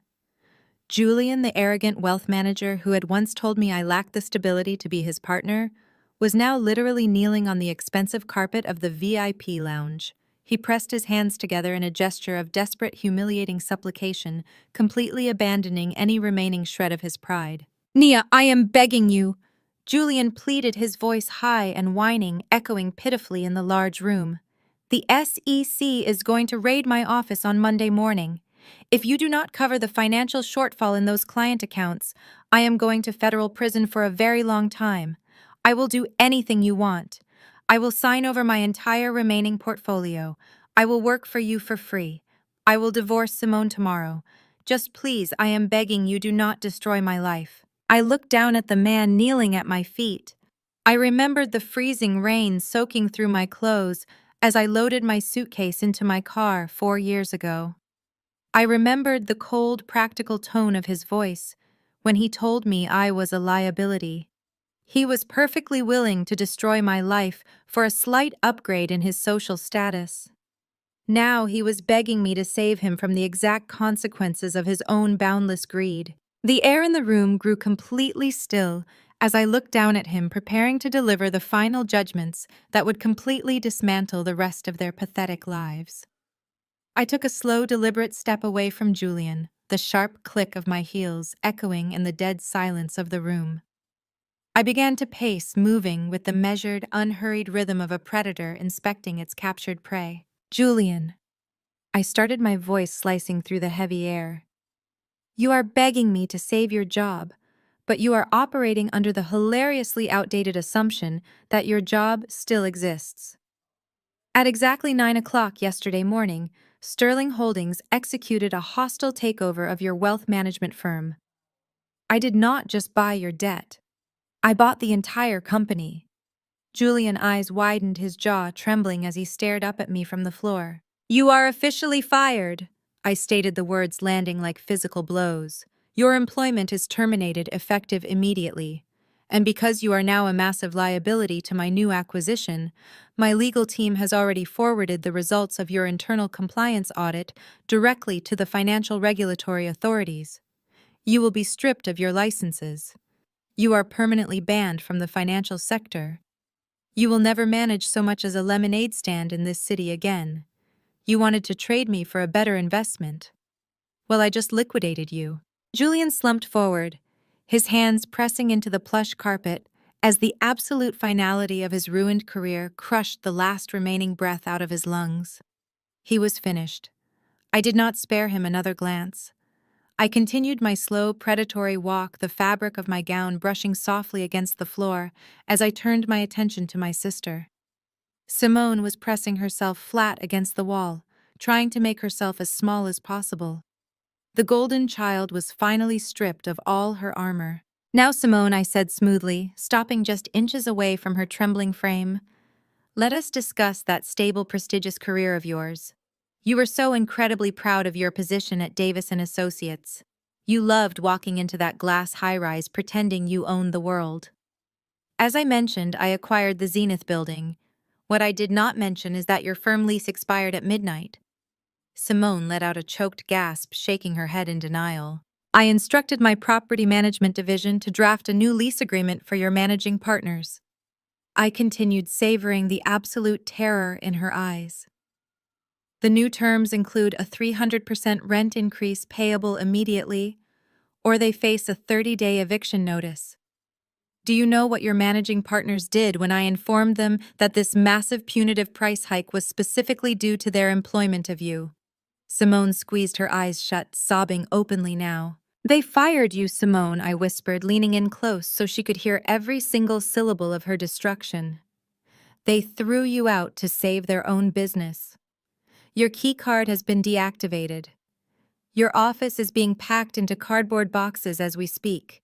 You have no husband, no money, and no career. You stole Julian from me because you wanted a power couple dynamic. Congratulations, you are now the poorest, most unemployable couple in Atlanta." Simone's knees buckled. She slid down the wall, collapsing onto the floor in a heap of ruined designer fabric and shattered ego, sobbing uncontrollably into her hands. I turned on my heel, the rhythmic clicking of my steps, leading me to the final targets of the evening. Vivian and Marcus were huddled together on the leather sofa. They looked completely broken, staring at the wreckage of their two golden investments currently weeping on the floor. My father looked up at me, his eyes red and brimming with desperate tears. Nia, Marcus pleaded, his voice cracking with the weight of a man who had lost everything. "You have made your point. You have punished them. But we are your parents. The logistics company is my entire life work. If you let it go bankrupt, we lose the house. We lose our health insurance. We will be out on the street. You cannot do this to your own mother and father." I stopped pacing and stood perfectly still, looking down at the two people who were supposed to protect me unconditionally. "I am not doing anything to you, Marcus," I replied, my tone completely devoid of sympathy. "I am simply refusing to reverse the consequences of your own catastrophic failures. You spent years bleeding your business dry to fund a fake flashy lifestyle. You chose country club memberships over sound financial planning, and when you ran out of cash, you tried to sell me out to secure a Julian portfolio." "We were desperate," Vivian cried out, clutching her chest. "We made a terrible mistake, but you have the power to fix it. A $5 million loan is nothing to you now. You can save us with a single signature." I agreed, my voice dropping to a terrifyingly calm register.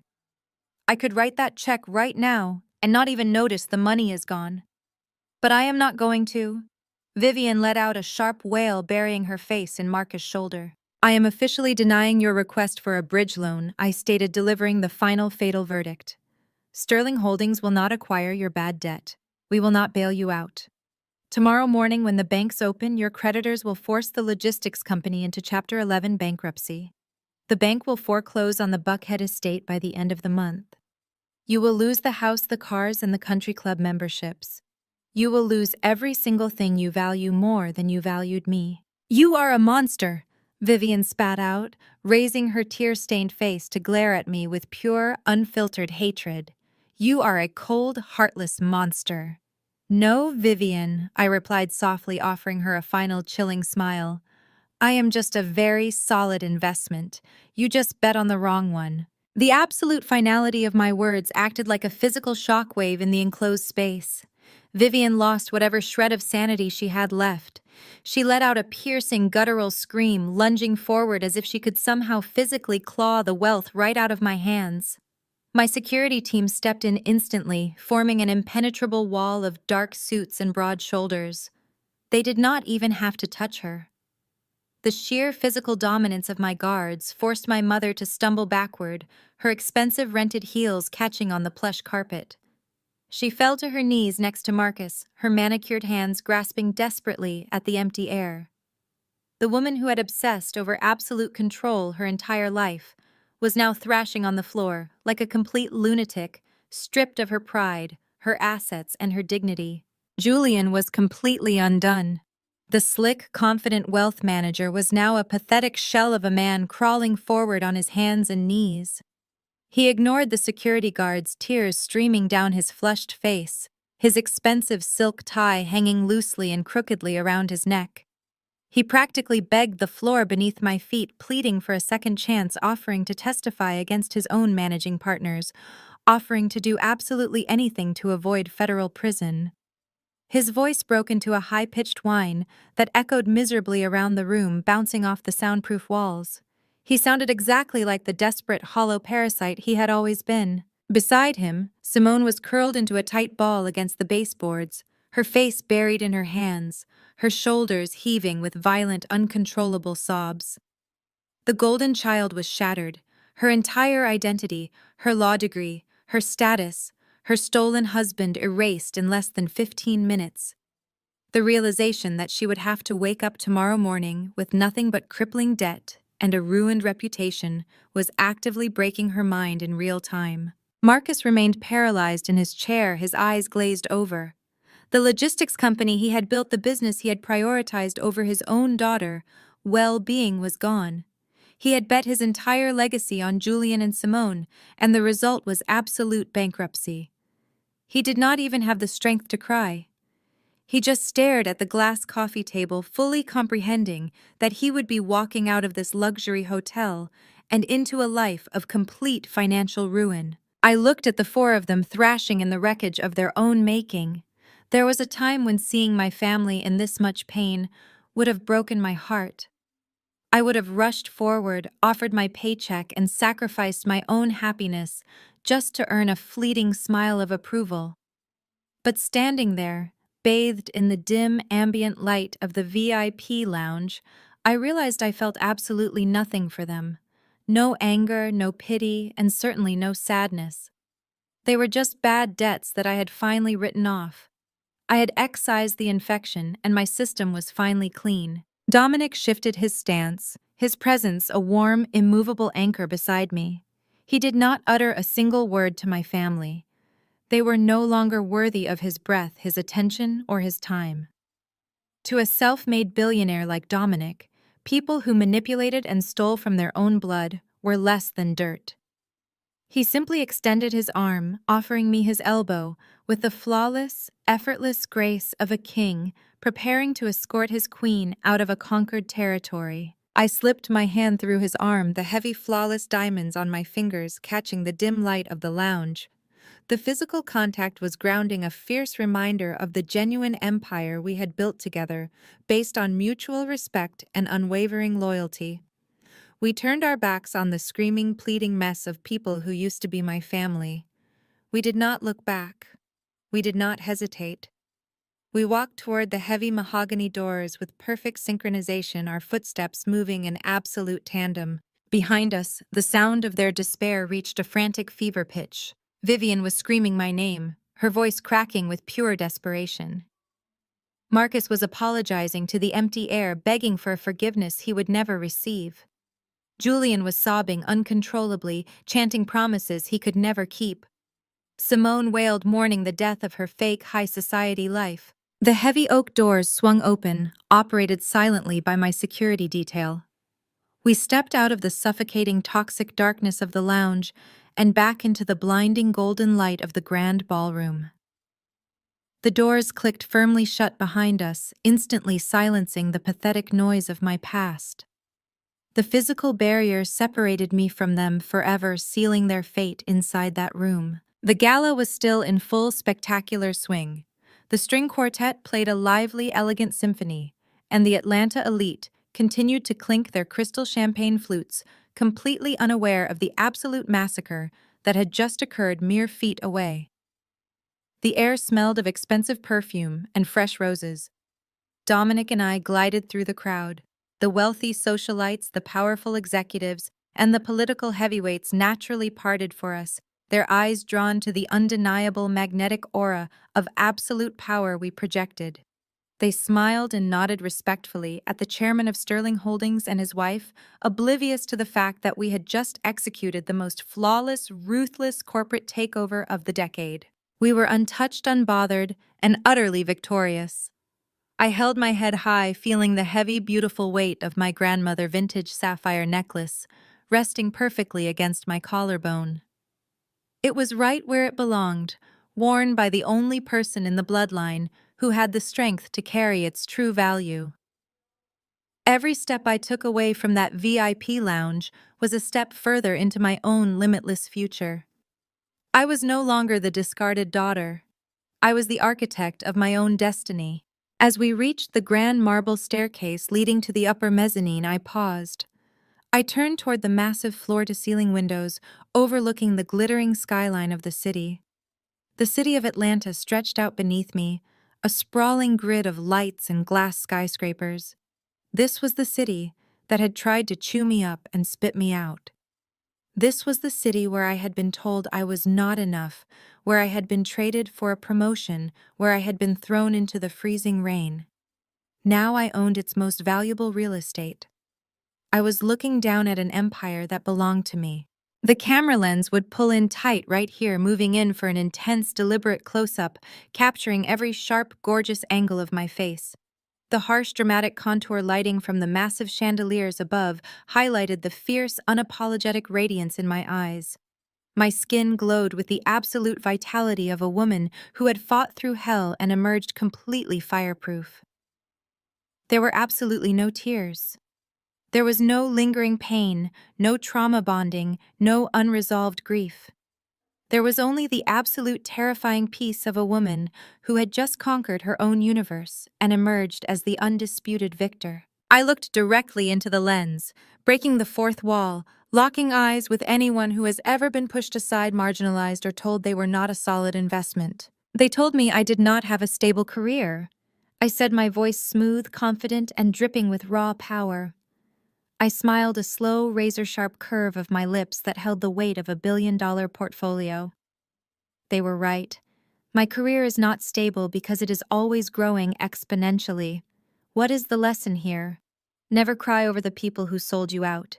Use your money to buy the exact building where they work. I turned back to my husband, taking his hand as we walked away together, ascending the marble staircase and stepping directly into the blinding flash of the gala lights.